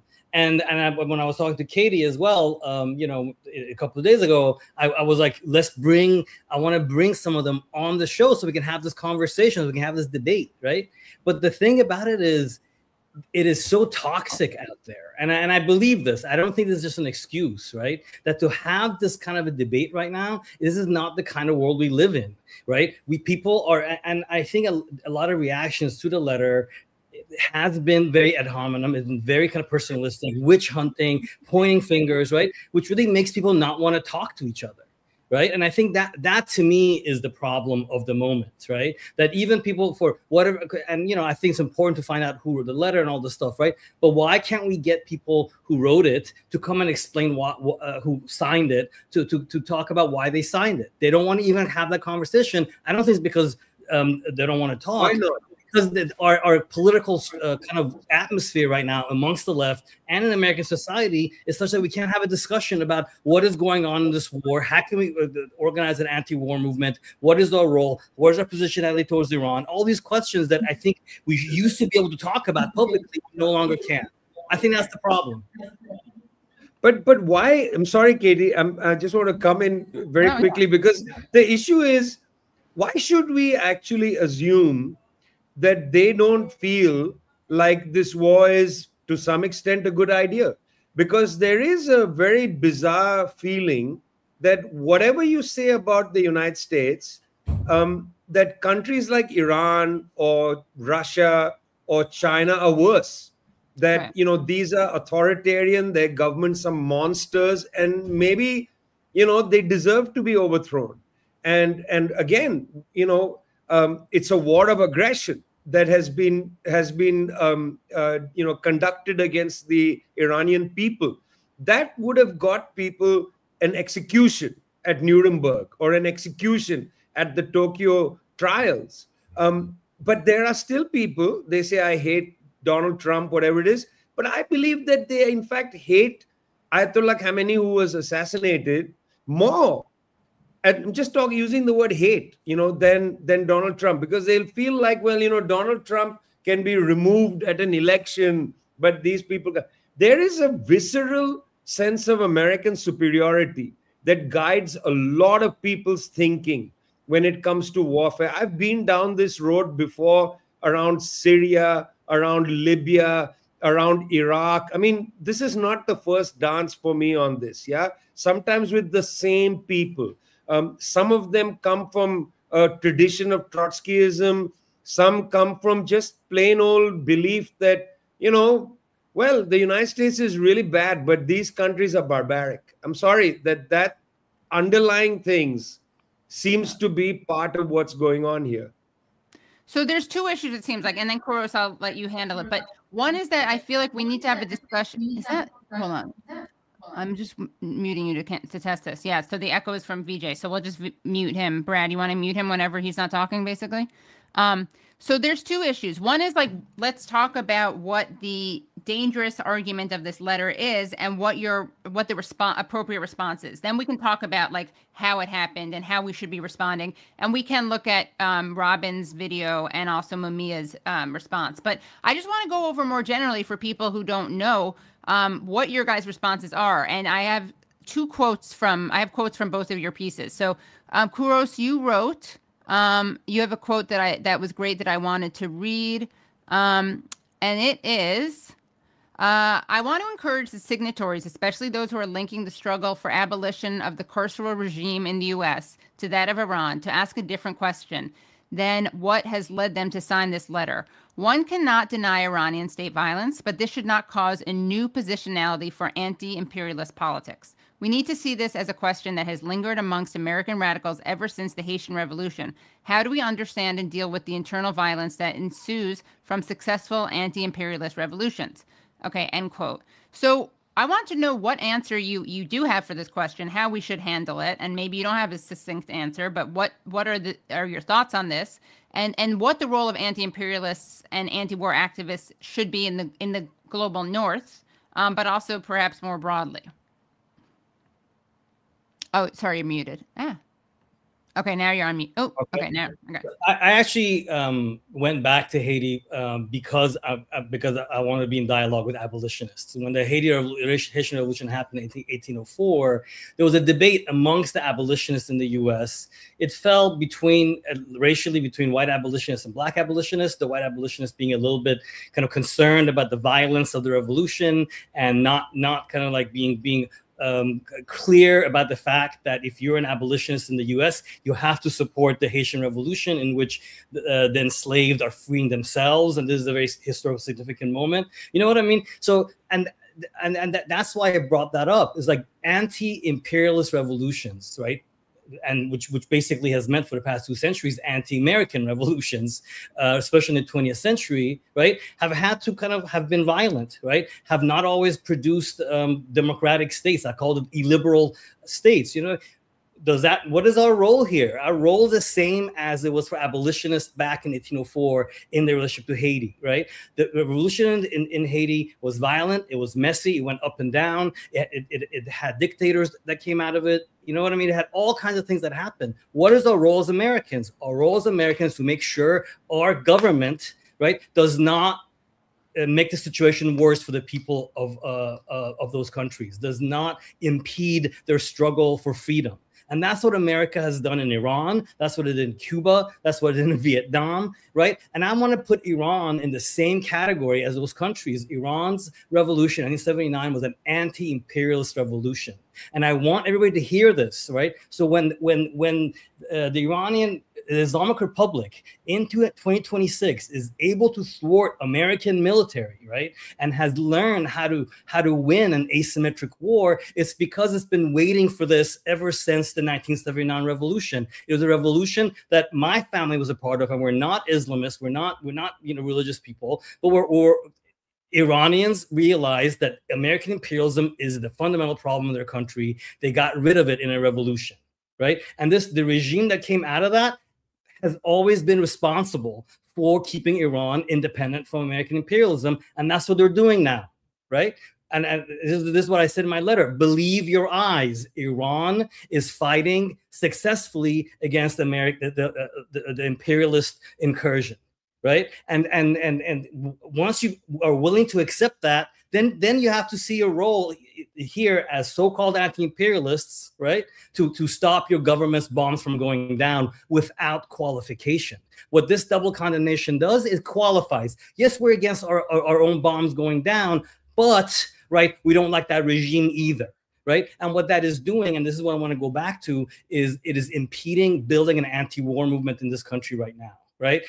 In 2003, right, 2 years after 9/11, when America was beginning to go to war in Iraq, you had a huge anti-war movement in this country. It was incredible, right? We were all kind of aware of it, right? Now, 2026, right, when this war is unpopular amongst the American people, it is ample opportunity for us to build an anti-war movement because it will resonate amongst the American population, right? The way in 2003, 2 years after 9/11, it didn't resonate, right? It was a big movement by the left, but it was not able to kind of go into the American society. I think that's the opposite situation, and the left is dropping the ball. And this is why, and I think double condemnation is the analysis, right, that is causing the left to not realize what they're doing, right? And I'm going to name, right, DSA, JVP, all these organizations that have to be part of an anti-war movement. They kind of are, but they kind of aren't. 6 months into this war, we're not seeing anything major, any major kind of movement against this war. And these groups that should be doing things are not. I don't think it's because they don't want to, but I think this political analysis is confusing them. Did I rant? No, it's good. Vijay, what say ye? I have a quote from you, but I want to give you a chance to also respond. Yeah. Well, firstly, I mean, obviously, this was not a letter written to Iranian political prisoners because it was written in English and published in The Guardian. And I don't think the letter in The Guardian is intended for the political prisoners. It's intended for Western liberals. At a time when Iran has put the United States into a stalemate, in fact, is affected through the restriction on the Strait of Hormuz, just when they've done that and put Trump into a really difficult position regarding how to go after the Iranians, you'll notice the Israelis have disappeared from this war. They are the ones who initiated it. They've disappeared. Nobody's talking about them at all. Netanyahu is not saying a word in public about this. He's vanished from it. They gave this to Trump and then they walked away. Well, just at that point, right when people are beginning to feel like this is a ludicrous war and the United States needs to get out of the region, at that point, is it necessary to have a letter like this in a liberal or center-right newspaper in the United Kingdom, which just has a new Prime Minister, Andy Burnham, who might actually have a slightly different view on the Middle Eastern wars of the United States than his predecessor, Keir Starmer? Just at that moment, it's not published in the New York Times, not published in the Washington Post, not published in the United States anywhere, but published in the UK in English. Just at that moment, liberals get cover from, well-known academics from the United States saying, we actually, we think that the Iranian government is really shit. And, we think, yeah, the Americans are bad too, but the Iranians are really shit. And what's really interesting is of the people that are walking away from them. Just a few minutes ago, Sinan Antoon, the Iraqi translator and writer, has also taken his name off the letter. So my question is, who wrote this letter? It's the same question. Why The Guardian? Did they shop this first to the New York Times? I doubt it. This was in The Guardian. so that Western liberals could once again recommit themselves, because no more can you say we are in this to defend Iranian women. That, you know, that horse is out of the stable. So now the next best thing is we are here to free political prisoners in Iran. And let me just say one last thing on this. Political prisoners in Iran. Where was the letter signed by the same people about the political prisoners, 1,400 of them at last count, held in Israeli gulags, of Palestinians, 1,400 Palestinian prisoners at Stade Teman and other places being tortured. Where is the letter by these same people published in The Guardian? Where is that letter? You know, we know the names of people. I mean, I just published a book written by Wasim Afifa about a colleague of ours who was in Stade Teman for about, I think, 18 months or something. The book is called Survivors of the Darkness, published in India. Do you know why it's published in India? Because we couldn't find a Western publisher for that book. So at a time when they are not putting their names, you know, against a genocide being committed against the Palestinians and Palestinian political prisoners, Barghouti, 24 years in prison, Ahmad al-Sadat, 24 years in prison. Where was the letter in The Guardian? Where's the Guardian editorial on them? Zero, silence. Where was the letter by these same people in defense of the young people in England who, from Palestine Action, attacked the Elbit Systems buildings and had huge sentences? Where was the letter for them? So that's my question. It's not just about Iran and so on. It's the address where they posted the letter. The letter is not posted to the Iranian prison system. The letter is addressed to Western liberals. It wasn't to the Iranian political prisoners. It's to Western liberals. Hold on tight. Keep backing this war. We are against the war and so on, but we're against the Iranians even more. And it's very interesting because a lot of the pushback I get for this, oh, you are once again backing murderous dictators. Wait a minute. You want a murderous dictator? It's called the dictatorship of NATO. That's a murderous dictator, destroyer of countries. Libya, for instance, destroyer of Libya, murderous dictators. Whereas this Iranian government, however loathsome it might be to you, and that's a matter of debate, where has this government gone and destroyed other countries? Haven't seen it. Sorry. Right. And I know that there'll be people like Yasinat Saleh and so on who'll say, oh, yeah, but they destroyed Syria. Well, I think that's on the Syrians, frankly. And Vijay, when you say it's that horse has left the barn or whatever, in terms of women, you're saying that they can no longer pretend that it's for the sake of women. Is that because so many women are being killed? Why is it that they can no longer use this lie? Well, firstly, 168 schoolgirls were killed at the first day of the bombing. It's a little difficult to talk about, hello. Okay, that's okay. It's a little difficult to talk about your great sensibilities for women's rights when you've just wiped out, 168 schoolgirls. It's a bit difficult. Also, after the entire fiasco of the US invasion of Afghanistan, where they instrumentalized Afghan women, and then when the US was defeated, walked away and left the situation now 5 years back to the Taliban. Bit difficult to say that you have a commitment to women's rights in the region, okay? It's not going to wash really with most people. Actually, what they should be saying is we want to reinstate the peacock throne. That what we're really interested in doing here is not women, it's not political prisoners, it's the peacock throne. We want to go back to 1978, 79. That's what we're interested in. In the same way in Cuba, it's not really about freedom or anything. It's about effectively 1959. Let's go back to 1959. And one of the reasons why the people of Iran are unhappy with these kind of adventures and so on is that, again, they are dealing with their own contradictions in their society. But they certainly don't want to go back to the peacock throne and the Shah of Iran or his son. They don't want that. They have their own contradictions. They will fight their own contradictions. The last thing they need is the United States coming and telling them what to do. Because the United States did that in 1953. The United States and the British did it in 53.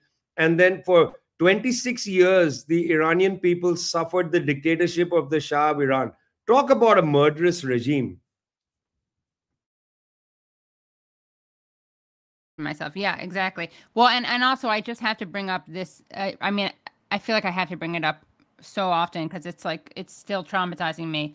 When Matt Schlapp, a member of CPAC, you know, a Christian who, by the way, happens to sexually harass a lot of young men, and he's like had to pay settlements. You know, he's happily married to a woman, whatever. But he actually said, I don't know if you guys saw this, on a debate panel on Piers Morgan, someone brought up the killing of the young girls at schools, and he literally said it's hypocritical to talk about women's rights and young girls because these are girls who would have been forced to wear the burqa and have limited job options, which, first of all, they don't wear the burqa in Iran.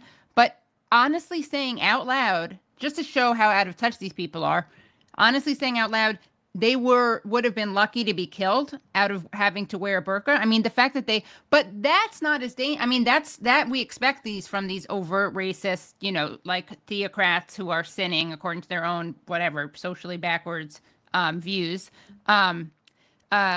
This is very different, obviously. This feels, I think a lot of people felt like this was a betrayal and worrisome. So, and Kouros, by the way, you weren't ranting. Someone said, very well said, because I know this is your first time on the show, so I want to make sure you feel like this is a safe space.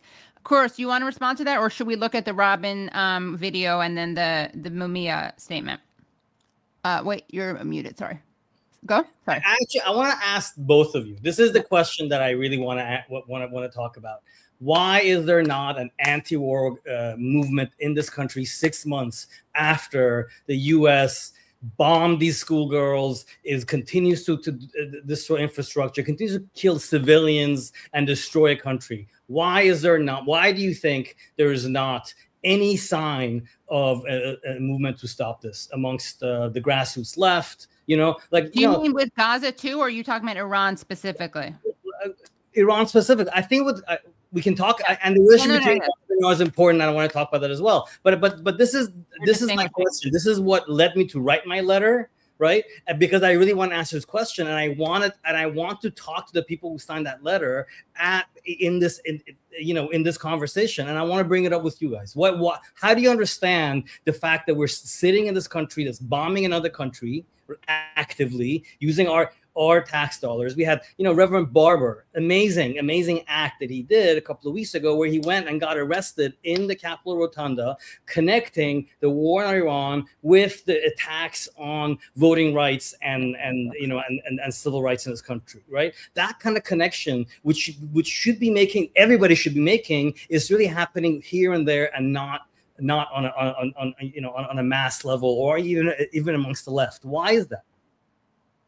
Vijay, I'll let you say that, but respond. But one thing I just want to clarify, and you are distinguishing, right, between, I just want to make sure you are distinguishing, rightly so, I think, between you're saying, because there has been a left anti-war movement that hasn't stopped Israel and the United States, right? But you're saying that there's been a more vibrant response, engaged response to Gaza than there has been to Israel and the U.S.'s war on Gaza than there has been to the U.S. war on Israel-U.S. war in Iran?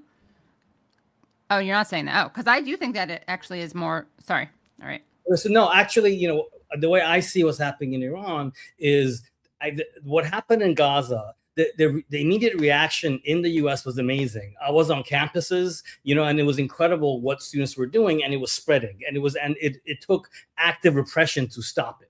So that's what happened with Gaza. I think the reaction to Gaza, from the left was amazing, and it was quelled, basically, right? And we're trying to figure out what that means, right? But with Iran, is a different dynamic, because it is, fortunately, is direct American missiles hitting Iran, right, rather than America giving missiles to Israel to hit Gaza. You know what I mean? It is a little bit different, right? So it is an active American imperialist aggression, right? So Americans can see that my money is going to a bomb that's killing girls in a country, and I don't know why, right? So, and there has not been any kind of, I've been to demonstrations. That's how I kind of realized that NIAC is the only organization that's doing something, because they're the only ones that these demonstrations that PYM, Palestine Youth Movement, was organizing in the very beginning of this war. But otherwise, it hasn't generalized. It has not become any kind of a coalition of organizations the way we had with the Iraq War. None of that is happening. Why? Okay, so take it away, Vijay. I mean, say, what can I say? Why isn't there? Look, there is just a depth of, and I use the word depth, not wealth, of propaganda about the situation in Iran. A reporter just came out from The Guardian and said that they fabricated a story about a woman, an interview with a woman who said I was being stoned to death. Okay, just came out and said, I hope God will forgive me. I made up this story. I mean, the amount of, like, it's unbelievable. If you've never been to Iran, you would think that Iran is like some absolutely barbaric place where you can't breathe. There's no oxygen there. You got to wear a gas mask, when you land in Tehran airport. I mean, Iran is an extremely interesting, complicated society. I come from one of these societies. I was born and raised in Calcutta, India. By the way, this probably the third largest Shia population outside Iran.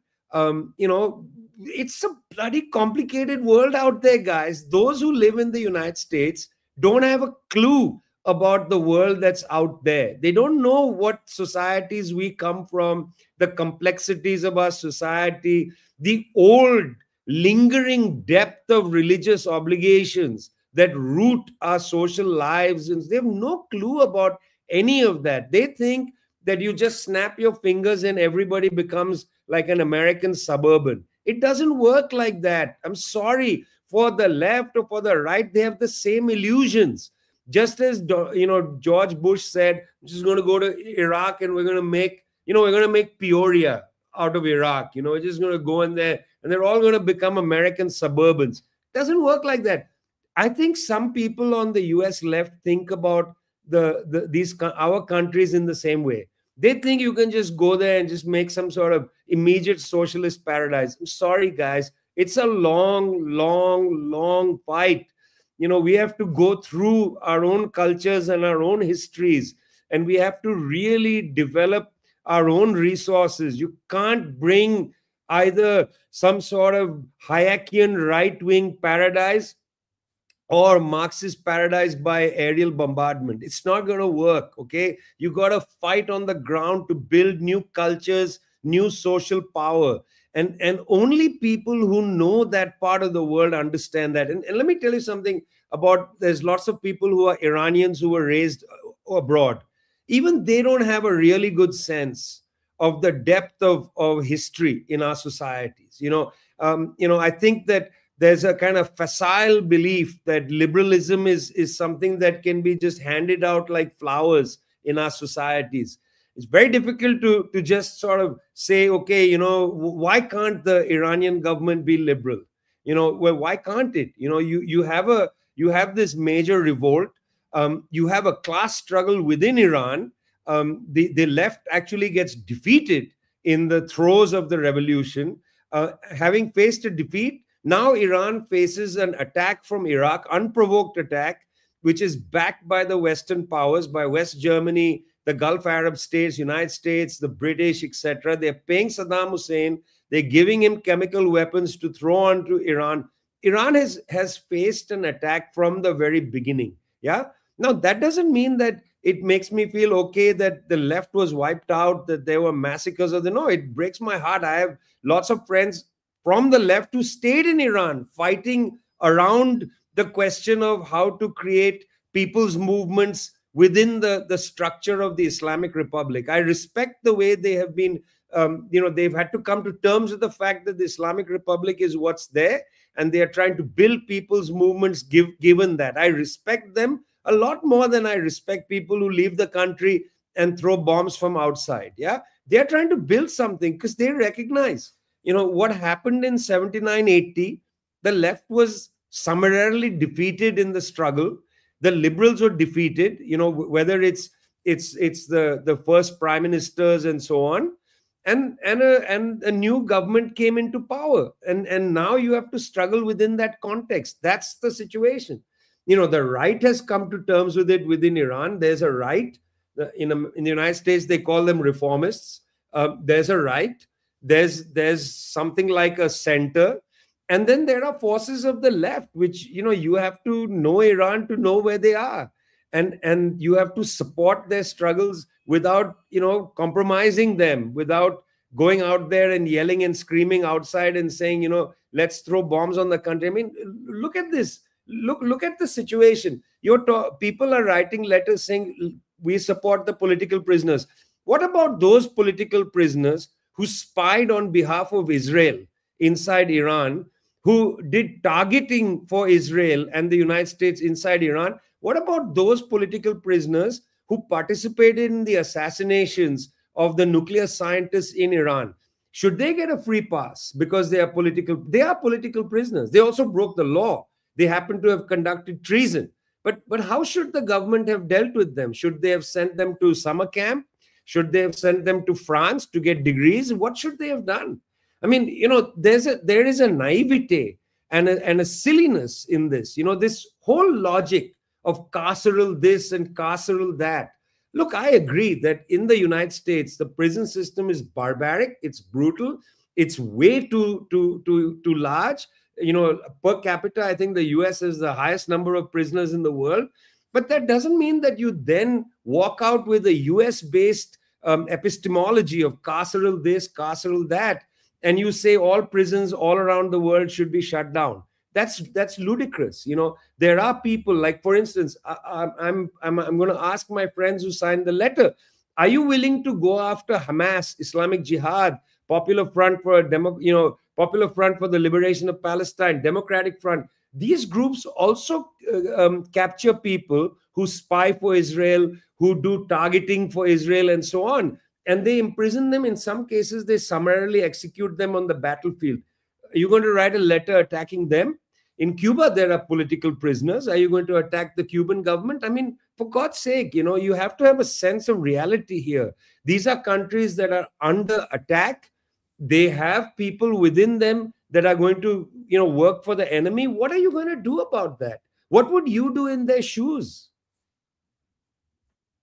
I'm still trying to figure out, do you think, I mean, there's some things, by the way, I think there's fatigue, there's suppression, there are all these things that are explaining why people aren't out in the streets more. But I think that there is I think that, and I'm not sure if you were alluding to this, Vijay, when you said, would you condemn Hamas for this? Would you condemn Cuba for this? Because I feel like you're saying that, or I would say I'm seeing a double standard towards Iran.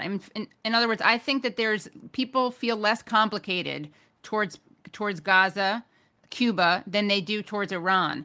And I think that has something to do with the fact that Iran is so powerful. So it's easier to empathize and sympathize with nations that are more, not that Iran isn't under attack, but it has a much stronger government, right, than Cuba's government vis-a-vis size, like on a global level. And Hamas is much more, has been battered much more than the Iranian government, right? So I think there's some of that happens also. And I do think that people, when a government is kind of functioning, but again, there's sanctions too. I'm really more talking about perception than reality, I think. But it's easier to be judgmental of a government that's very stable than obviously has the boot of empire on it. Which doesn't mean that Iran doesn't. It's just a very what's the word? Strong, stable, resilient government.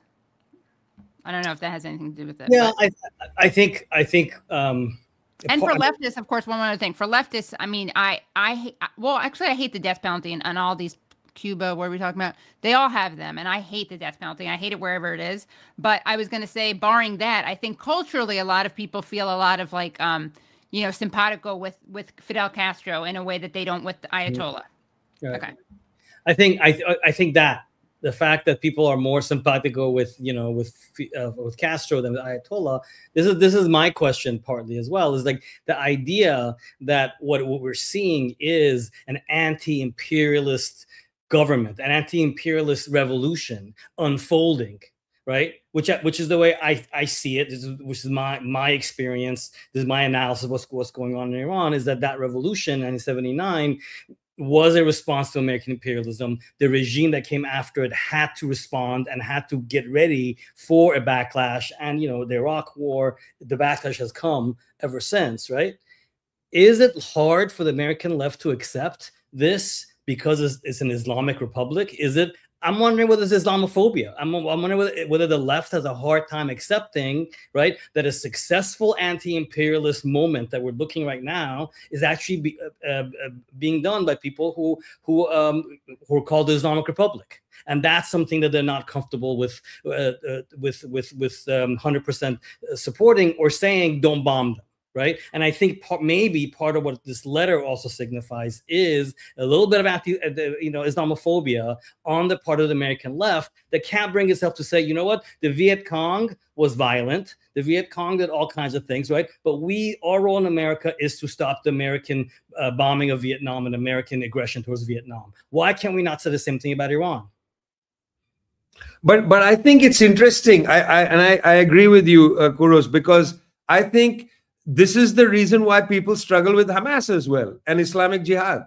I think they struggle. If for instance, in Gaza, there was mainly the Popular Front and the Democratic Front, or Fatah, for instance, this would be different. But it's interesting with the question of Palestine. Even the left of Fatah, for instance, Marwan Barghouti, is not getting the kind of airtime he should be getting.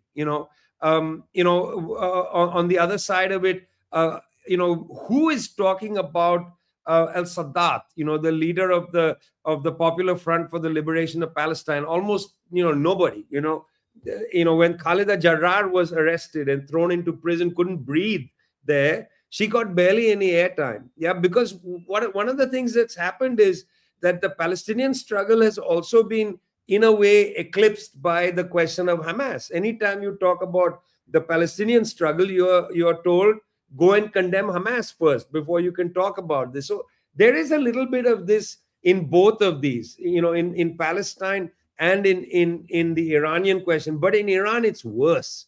I mean, the very fact that the Guardian had a fake story in 2010 about a woman who was allegedly stoned to death. And the headline was, I am being stoned to death because I'm a woman. And the whole story now turns out to have been fake. The journalist comes out and says, I made the whole thing up. That means that there was no checking. Years ago, a very interesting reporter said that when it comes to North Korea, you can basically send the New York Times anything. You can say, they've killed all the dogs in North Korea. Or you can say that in North Korea, women are being circumcised. Every woman with the initial A is being, you can say whatever you want. They'll just run it. There's no checking with North Korea. That was what a journalist, somebody I knew who had covered the North, said. And I used to laugh and say, well, that's true. The New York Times will publish anything about North Korea. Well, these publications will publish anything about Iran. That's basically a fact. You can say whatever you want. They will publish it. They don't take the Iranian people. Forget the Guardian Council. Forget the Ayatollahs. They are not even explaining to people basic facts about the various religious traditions in Iran, even as they disparage it. For instance, when Ayatollah Khamenei was killed in February, they were talking about him being, the New York Times had a thing where they said, most important person in Shiism. Not true. He's not the most important marja in Shiism. The most important marja in Shiism is an Iraqi. It's Ali al-Sistani. Yeah, and that's important. It's important for people to understand that Shiism is a very complicated and interesting doctrinal tradition with very deep institutions where these things matter. These are not facile things, and the killing of Khamenei, it played an enormous role. But here's the interesting thing. When Hassan Nasrallah was killed, the flag of mourning went up both in Iran, in Tehran, at the large shrines, but also at the Saida Zainab shrine outside Damascus. You know, his death was greeted as even greater a tragedy. Yeah, when millions of people go onto the streets for the commemoration of Khamenei's death, they are not dragooned there to come there.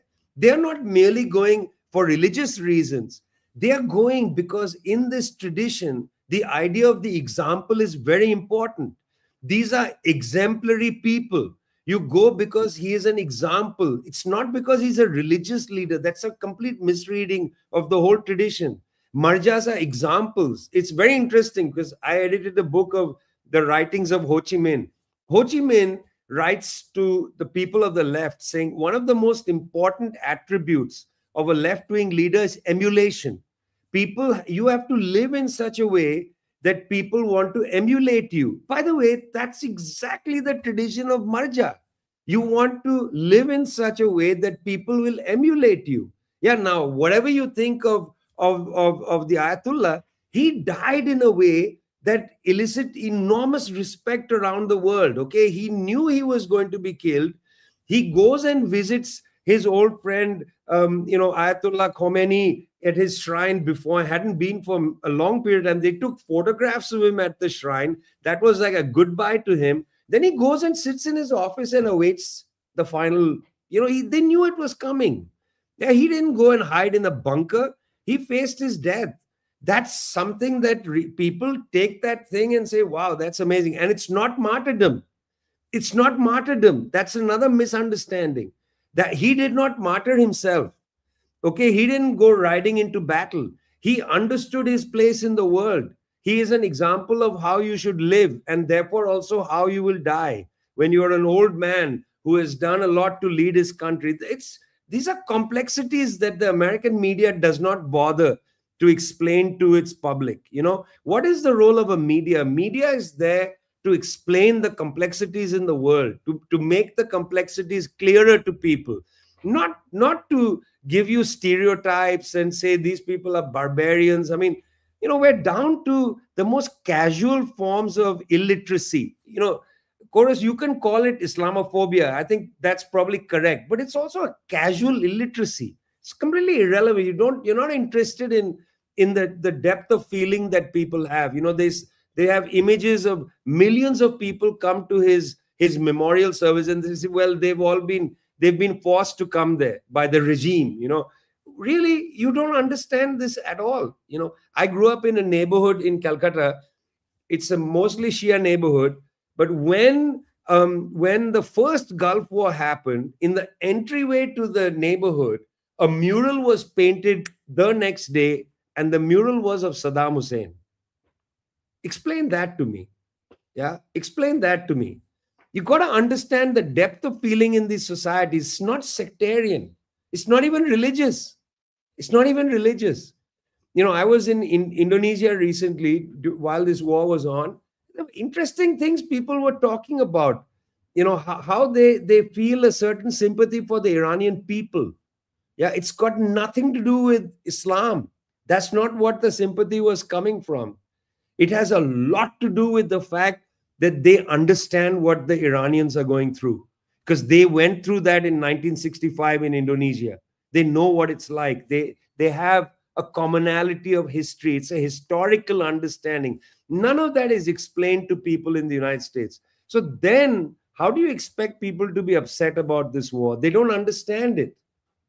I think that there's also, I agree with everything you guys have said. And I think that there's also the but Hamas, right? The but October 7th, the but the political prisoners of Iran, the but hijab, the but stoning, whatever, the but death penalty, which luckily for us in the United States, we have the death penalty here, so we don't get to pretend that it's unique there. But I do think that there's a lot of fear of embracing problematic things as if the only thing that you can fight against is your government doing something to the perfect other government or the perfect other society. I think what you said at the beginning, Kouros, is totally apt. It's like, my role here, it's very clear, is to criticize and try to stop my own government. I mean, I don't get why that's hard to do, except for I think that the media has, I mean, look at it. How many times no one ever gets asked to condemn Israel when they go on. Piers Morgan doesn't ask people who are, you know, on the pro-Israel side of the debate if they'll condemn the IDF. He's asked every, you know, pro-Palestine guest if they'll defend, if they'll condemn, excuse me, Hamas. I think that's a lot of it also, is that people are so afraid of being vilified, and because, you know, look at how much the media lies so wholeheartedly and without reservation when it comes to Gaza, when it comes to Israel. I feel like as someone who, you know, I get a lot of people have big problems with Bernie. That's neither here nor there. My point is that as someone who is a major Bernie bro, I was so familiar with the way that the media would lie so overtly in a way that was like, you felt so gaslit, and it was like the Twilight Zone, right? So like with Bernie, just an example, like he was coming in #1 on a poll, and they would literally show him like visually on the bottom, and you would just be crazy making. In Israel, it's the rape, the mass rape that happened was done by Hamas. That's all the media talked about. Well, no, that didn't happen. All the media talked about was that.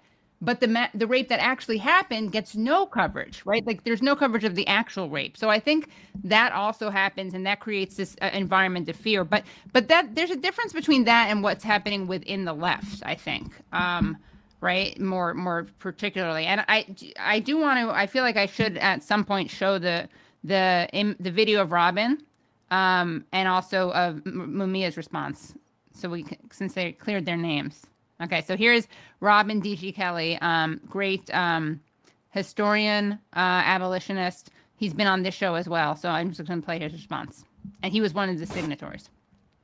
It's my wedding anniversary, but I'm posting this because I feel an urgent need to let people know that I have taken my name off of the letter purporting to be a statement of anti-imperialist solidarity with political prisoners. That was my mistake. The circumstances in which we were asked to sign that letter were a bit shaky. What appeared, you know, in print wasn't exactly what I had initially seen, but I take full responsibility for that. That's the meaning of mea culpa, mea culpa. So with that, I hope people can forgive me and all those who signed it. Know my politics are crystal clear. And, you know, I want to just be able to enjoy the next 2 days with my wife before I go back to work. Okay, so that's Robin. And then let's take a look at what Mumia Abu Jamal, the political prisoner, wrote. Political prisoner, poet, writer, intellectual. Let's see what he wrote on so these were paper plates because he's in jail. Okay, so he wrote, and you posted this, Vijay. Can you scroll up for us so I can, okay. Mumia Abu Jamal sent a message about his actual feelings about the U.S.-Israeli war of aggression against Iran. He wrote it on 2 paper plates. It is more eloquent than the Guardian letter. Whose right to publish, whose right to put his name down needs to be questioned. Who signed for Mumia? A transcription of the text of the plates. My young friends, Iran is showing the world, especially the third world, how to fight against the empire. Their drones are rewriting the rules of war, and countries across the global south are studying this phase of the war for that use. They remind me of the Vietnam, poor country that whipped the most powerful army on earth. That's where we are today. Love, Mumia. And those are the plates. So, and other people have removed their signatures as well. But I just did want to show that so that people had a more complete version of those individuals at least. Oh wait, Kouros and then Vijay. Okay, yeah. Do you know what I think? Where we need to move towards is to have Robin Kelley and Mumia and Nasreen Al-Amin, you know, these people, and Sinan Antoon, right? Like on Katie's show, where we can talk about this, right? This is what we're missing. We're missing a dialogue, a conversation that can help us go from point A to point B in a political trajectory. And a political trajectory right now is how to stop this war. You know what I mean? And I think all these people who I mentioned want to stop this war, right? There might be a debate about what's the best way of doing it? What's the best rhetoric? What's the best way of framing it? What's the best way of building coalitions? That's what we need to do. And I really can, and you know, Katie, when we first started talking about me coming on, I was reaching out to people. I've reached out to a bunch of people, as I said, on the, you know, who signed, really begging them, like, this is not about indicting anybody. This is about understanding our differences and trying to sort of work it through. Right. And I think we need to do that. I hope Robin D.G. Kelley will sooner than later come and talk about this. You know what I mean? Talk about the mistake, you know, how he was duped, whatever it is that happened, where he disagrees with, you know, what I wrote or what Vijay wrote. You know what I mean? That's the kind of dialogue that I think is missing, right? That I was hoping my letter would kind of like ignite. And if that doesn't do that, and I think if it takes it the other direction where people are being dumped upon, people with incredible histories of struggle or being accused of being agents of American empire, you know what I mean? If that's what happens, to me, I regret writing that letter. I regret writing that post if it further silences and the debates that we need amongst the left. So will you ask Robin Kelley? Yeah, Robin, please come on. Robin, come on. Well, look, okay. So firstly, I mean, my letter to them, I suppose, was published on the website of the International People's Assembly, which is a platform of 200 political and social movements, including the landless workers of Brazil, National Metal Workers Union of South Africa, Nepalese Communist Party, you know, there's 200 organizations, yeah? And letters like the one that was published in The Guardian are extremely deleterious, you know, to the global left, because these are people that we all respect. And we don't, you know, people get confused in our base when these letters circulate and people are like, well, maybe the, you know, Iranian government is bad and so on. And this is not a question about, we're not holding a trial about the Iranian government, but this is the kind of confusion that gets sown, political confusion. So the reason I wrote my response and the reason the International People's Assembly published it was actually to circulate it by and large to our membership, to the organizations that are part of the IPA. It wasn't, you know, it was published on an IPA website. It wasn't intended for, you know, a mass audience in that sense. That was not the intent. It was written to our membership organizations. Okay, so I say that because I then sent it to all the signatories who I know, whose emails I have and so on. So I sent them a joint email and I said, look, this is what I published. I don't want you to receive this from anybody else but me. This is what I've written. I'm happy to have a conversation with you. And a number of them wrote me back and said, you know, I'm actually surprised, or, you know, or you know, people said that, you know, you're crazy. I don't agree with you. That's fair enough. Yeah. As Kouros said, let's have a discussion. It's okay. But I was interested in a different issue. Not just in that. I am interested in the fact that there is a North-South divide on this. I am very much interested in this, that there is a serious North-South divide on this, that I just can't see very many genuine left-wing intellectuals from the global South signing anything that looked like this. I just can't see it. You know, Walden Bello was one signatory, and Yassin Al-Haj Saleh was another. But Yassin Al-Haj Saleh has already been down this road in Syria. He is Syrian. His general sense is very much anti-Iran. And that's where that comes from. And, you know, he's, of course, entitled to his opinions. His wife died in the war in Syria. You know, he was been in prison in Syria and so on. He has his own issues. That's fine. He has his own political view. And I'm sure he can defend his view very eloquently. But the others, you know, I mean, you know, why would people sign a letter like this when if this letter were placed before Attilio Boron, for instance, in Argentina, or if it were placed before Josefina Morales at UNAM in Mexico, they would never sign anything like this. And the reason they wouldn't is they understand the principal contradiction is against US imperialism. They understand that. And somehow the letter didn't make that clear. You know, the image of the two blades of the scissor was so misleading. And even though people later said, well, it's metaphoric, whatever. No, it's not metaphoric. I'm sorry. It's totally misleading.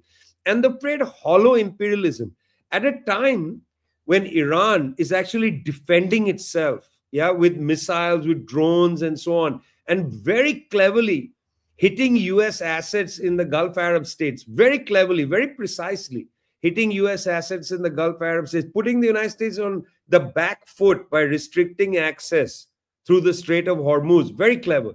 Building a relationship with Pakistan so that Pakistan opens 6 land corridors to resupply Iran with food and fuel and so on by land. Yeah, all of that. Very, very clever operation by the Iranians. They've put the United States strategically on the back foot.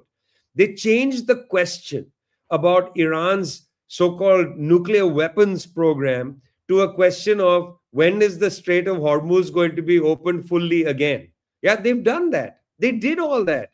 They put imperialism on the back foot. And so at that moment to call it hollow anti-imperialism is bizarre. And then at that moment to write a letter associating Iranian resistance with actual imperialism, the aggression of imperialism, that is something that I can tell you because I spend most of my time talking to people in countries in the global south. Nobody is going to accept that, except some small sections of people who come from the Fourth International Trotskyite tradition. Apart from them, nobody is going to sign a letter like that. And that's what surprised me, the kind of casualness of the signatories. So when Robin says, and this is very important in his statement, that what I signed is not what came out. And 2 other people have told me that privately. What I signed is not what came out.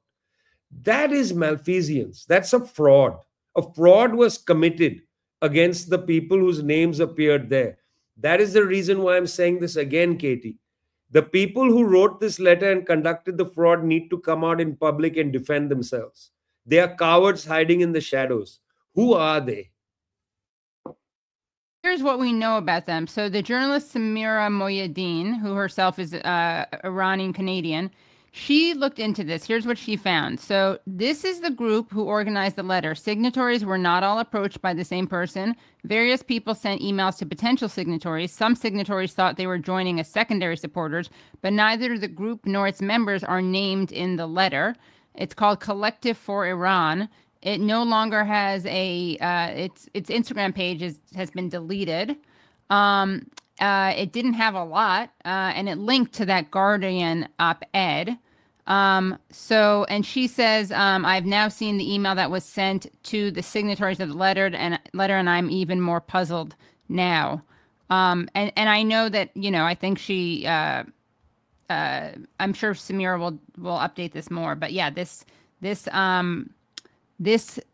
group, this page no longer exists on Instagram. It was there 10 hours ago. And she wrote that August 25th, 10:24 a.m. So that is what we know so far. And Max Blumenthal, of course, has his own suspicions, which I'll show later on. But which is that, what did he say? Like it's an ISO holdout. Max always, yeah. Frankly, it doesn't have to. I mean, I have my own suspicions, but then, I don't want to put my tinfoil hat on. Oh, come on, put it on, put it on. It's a safe space. Yeah. I mean, look, I wrote a book called Washington Bullets, which is, where I've read, I don't know, thousands of CIA documents and fact books. I've interviewed, I don't know, maybe about 50 senior people who are field agents, including the guy who was the Paris station chief and the Tehran station chief up to 1979. I spent 2 days with him. Fascinating character. He threatened me several times. Very interesting people. You know, I've used them as sources at different moments, and a cartoon version of Washington Bullets is coming out, in which he and I talking is a lot of the cartoon, Right. which Joe Sacco has done a very amazing. nice forward to it. So, you know, whatever. I mean, you know, this is the kind of games they play, okay?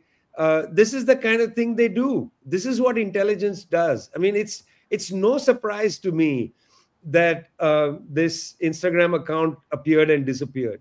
You know, where are they? When I ask where they are, I'm not asking it like, again, naively. Yeah, I have my own feelings of who they are. I would like them to show themselves. Of course, they're not going to show themselves. They've disappeared. Yeah, they opened an office. This is the 21st century's variety of the old scam. You open an office, you have a desk, you have 2-3 fellows nondescript in suits. You pull a rug on people. You set up a magazine. You set up a group called Congress of Cultural Freedom. Right. And you fund people and you tell them it's about liberalism, but basically they're shills for the CIA. I mean, this kind of thing happens all the time. I'm not saying that's what it is. I'm not saying that's what it is. I'm just saying, as somebody who's studied this and talked to these people for a very long period of time, it's not unlikely that this is a kind of intelligence thing that happens. Now, it could very well be what Max is saying. Some people who were in the Fourth International, various Trotskyite groups who are still, you know, in the middle of their so-called camp, you know, war against the tankies and the campists and all of that juvenalia. You know, why aren't they spending their energy building the revolution in the United States? Why are they continuously attacking tankies and campists? Right. I mean, where is their attack on the right? They spend so much time going after everybody else. You know, sometimes I feel like they themselves might very well be the Congress of illiberal freedom. Right. You know, their whole purpose in life seems to be to kneecap people who are building anything. So yeah, this is my tinfoil hat. I'll take it off now and come back to reality. Well, here's Max's statement. This ridiculous letter is the obvious product of remnants of the ISO Haymarket pro-NATO claque. Many of the signatories are associated with this insidious Trotskyist cell. Among them is Yassin Al-Haj Saleh, a former communist turned U.S. government informant who was listed as strictly protect in leaked State Department cables. Saleh was the guru of the Western left Syria regime change cheerleaders who insisted the NATO-sponsored dirty war in Damascus was a progressive revolution and successfully divided the Palestine-solidarity movement for several years by organizing smear campaigns and boycotts of anyone who mentioned that the CIA was arming the rebels or warned that al-Qaeda warlords would be first to take power if Assad was removed. I suspect a small cell of ideologically zealous Trotskyists convinced a collection of relatively clueless, over-the-hill academic and abolitionist icons to lend their names to this letter, correctly assuming they'd be too intellectually lazy to consider the ulterior pro-war agenda behind it. At no point did any of the signatories play any role at all in resisting the U.S.-Israeli war in Iran. Now they form the left cover for its perpetuation. Okay. Just showing it. Just showing that. Well played, Max. Well played, Max. Who knows? Yeah. But can you unmute me? Am I unmuted? Yes. Yes. September 14th, 2026 is the 25th anniversary of the signing of the authorization of use of military force. You know, this was signed, you know, a couple of days after September 11, 2001, that basically the Congress gave the president basically the authority to start these forever wars that we're now living a part of, right? 25th anniversary, and it's also the first day that this current Congress comes back into session, right? I think it's a really good time for all of us to show up in DC and gonna connect all that needs to be connected. Right, Reverend Barber should be there talking about, you know, civil rights and voting rights. You know what I mean? If all of us were concerned with American imperialism and the ongoing wars it's doing, should be there. I mean, this is what we need to move to, right? And I hope and I really believe that most of the signatories would be there as well, right? I think in theory. right? But we're not there yet.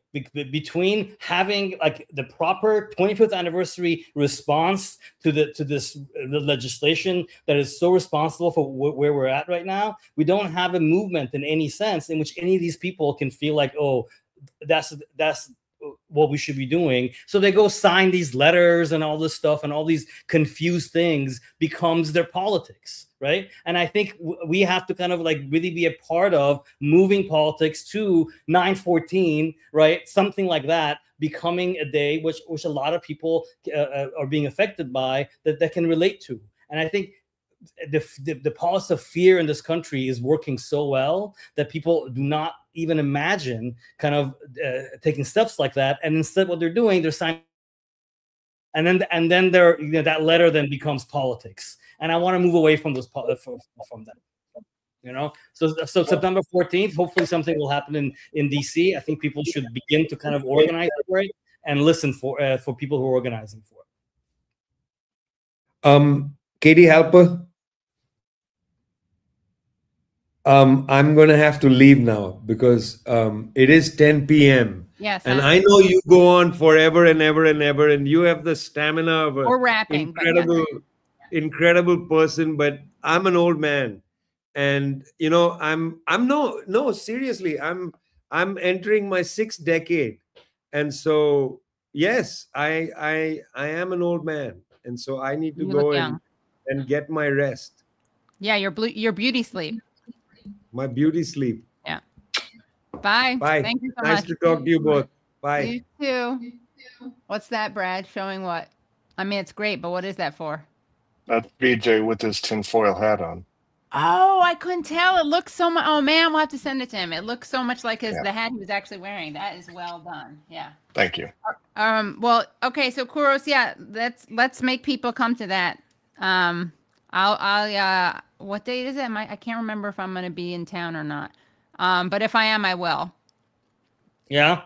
Yeah. Hopefully we'll begin to kind of organize something, and it'll be something that people can come to. Yeah, but I think people need to get over. I'm happy to be called a tanky, honestly. For me, like, I don't need, I know people, oh, lack of nuance. Look, I'm here.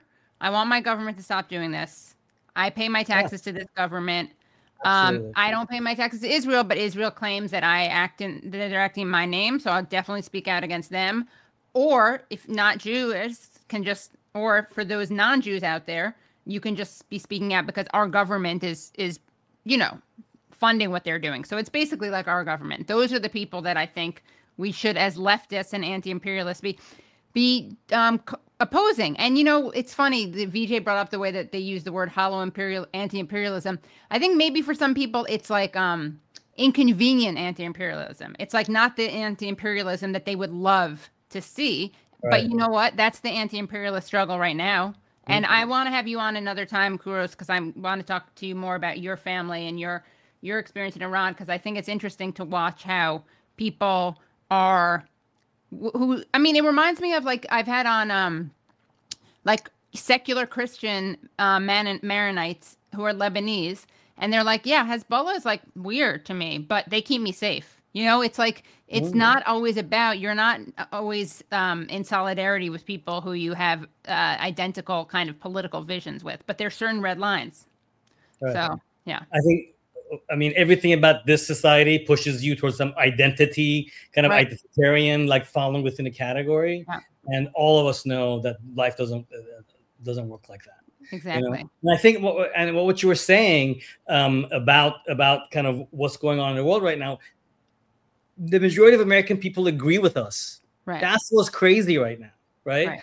I don't think we need to sort of convince American people that the regime in Iran is this or that. I think people understand that this is an unjust war, and our name is on it, and our money is being used to destroy other people's lives, and it's disgusting. I think that's the majority of American people feel like that. Right. Yeah. How do we bring that together to really oppose not just this bozo in the White House, but what got him here? All the other bozos in the White House that got him.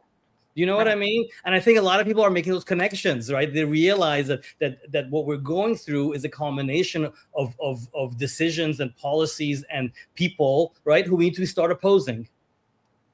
Yes. Amen. Secular amen to that. Secular amen to that. Yes. And Kouros, come back on the show.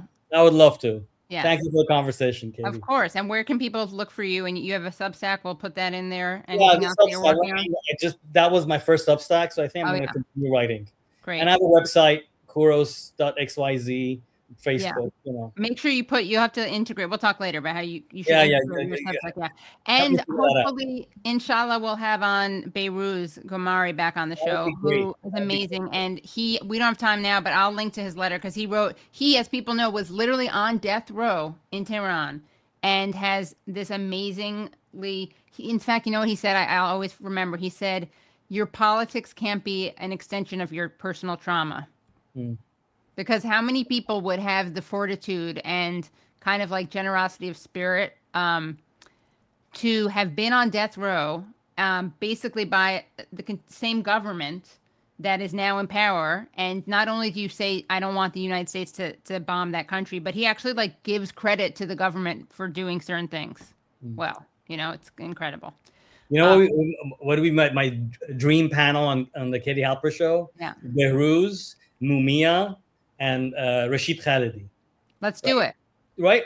Mumia and Rashid's name was on this thing, you know. I love to hear them talk about it. You know, and then, you know, Behruz will bring them all, except, yeah. It would be amazing. This is the kind of conversations we need. Katie, I'm tasking you with that, please. All right, we'll do it.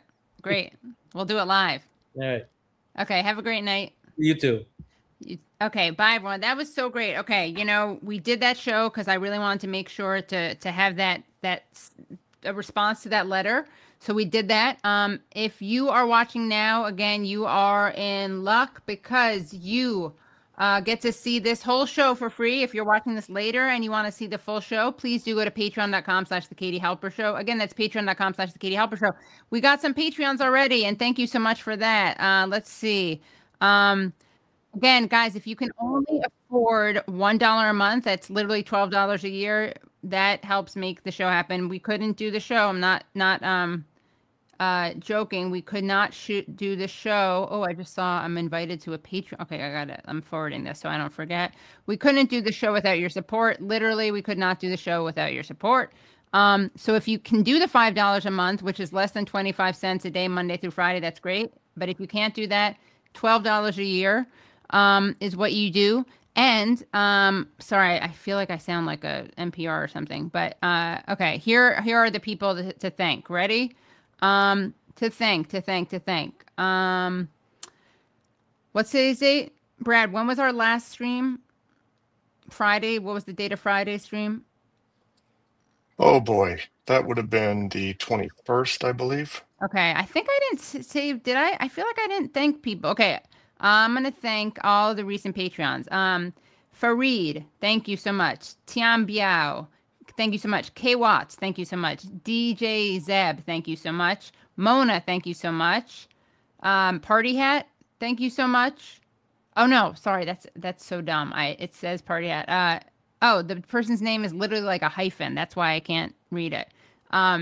Charlie, thank you so much. Christopher, thank you so much. Brandon, thank you so much. Skippy's mom, thank you so much. And Viba, thank you so much. And those are people who've joined over a couple of weeks because I think I forgot to read it last week because Brad was off and I was, you know, trying to do it myself. All right, Brad, I'm going to bring you on here to talk us out. I'm not streaming this Friday, I don't think, because I'm on a little vacation. But when I'm on vacation, as you can see, I still work. Let's see, I streamed yesterday, I'm streaming today, and I'll be taping stuff on Thursday. But yes, anything else I need to tell people about, Brad? No, it was a great show. Yeah. If you want to see, the Patreon only will have some cool attempts to solve a mystery. We will also hear some really exciting stuff from Lawrence Wilkerson. But Brad, when we cut if we do cut any of the Patreon from the Kouros Vijay segment, we have to make sure we include the like rally cry at the end and the September thing because we can't cut that out. Okay. We'll figure out how to make that fine happen. to go from an obvious cut to. And Philip is saying bread decorated, nice. Actually, no, Philip, I did not decorate. I'm like Katie, not at home right now. I wish that my place was this nicely decorated, but hopefully very soon. Yeah. And Brad, hopefully very soon. Soon we are opening up Katie Halper Show, Brad Bloom podcast studio productions, where Brad can go to Brad's place, and if you're in the New York tri-state area, really, and Brad will record your podcast, and there will be different rates. Right? You can like rent it out without Brad's help, and then you can rent it with Brad's help, and it'll be more money. And all of that money will go into the no, I'm just kidding, into the back of the Katie Halper Show. I'm kidding, it won't, obviously not. It'll go into Brad, but it's into Brad's pocket. Also, but I'm excited because you know, and also wanting to do, I know, some more pre-produced, I guess. Oh yeah. You know, segments, kind of like a lot of your monologues. The like stuff that you've done in the past, like with The Hill and all that. And Double Down. Right. Right. Yeah. And what else? I'm gonna start doing more short form. I want to start doing more short little things. Rent to Brad. Maybe for patrons only. I don't know. We'll figure it out. I think doing more for patrons, like AMAs. Well, I know monthly AMA, but we're so busy, Brad, and we're making this documentary. I think that I don't know. I don't want to speak for everybody, but I feel like even if it was just you popping up on your phone like once in a while, being like, "Hey,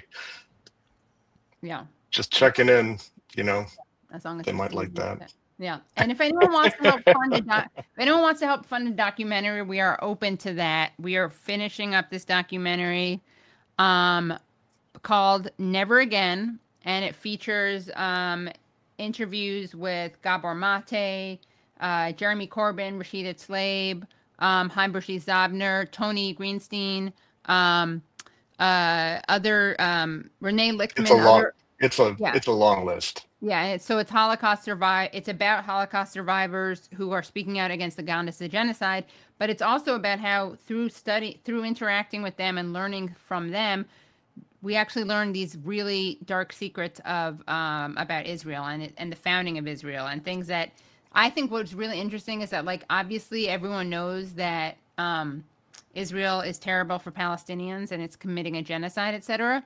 But it also, I mean, and Tony spoke to this a little bit, but it also did some terrible things to Jews.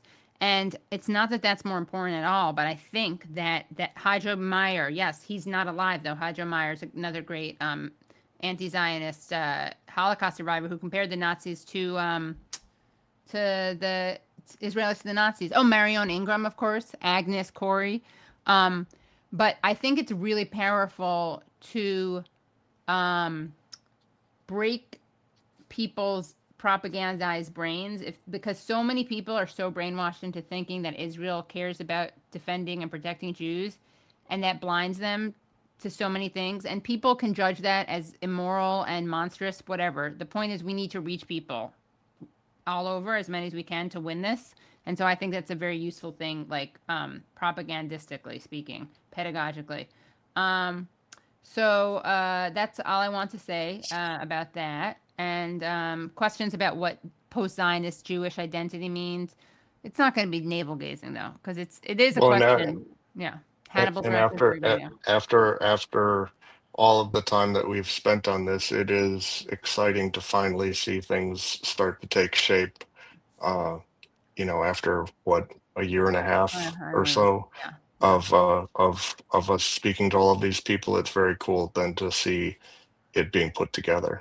So really looking forward to everyone being able to check it out. Yes, and we definitely need funders for that, or volunteer graphics people or editors or whatever. Be part of the movement. And soon we will have a donate button where you can give to the you can donate to the film here through a nonprofit who is our fiscal sponsor. So you get to, it's like a tax write-off. Okay. I think that's all I have to say about that. Thank you, Mark Ruffalo, for speaking out. We'll talk about that another time. And have a great night. See you. And so we will see the people on Tuesday, right? Yeah, exactly. Yeah. And if there's some emergency thing we have to stream about, we'll let you know. But yeah, probably not. Probably just next Tuesday. Cool. I did everything right and they indicted me. And I don't know what the I'm doing. Antifa!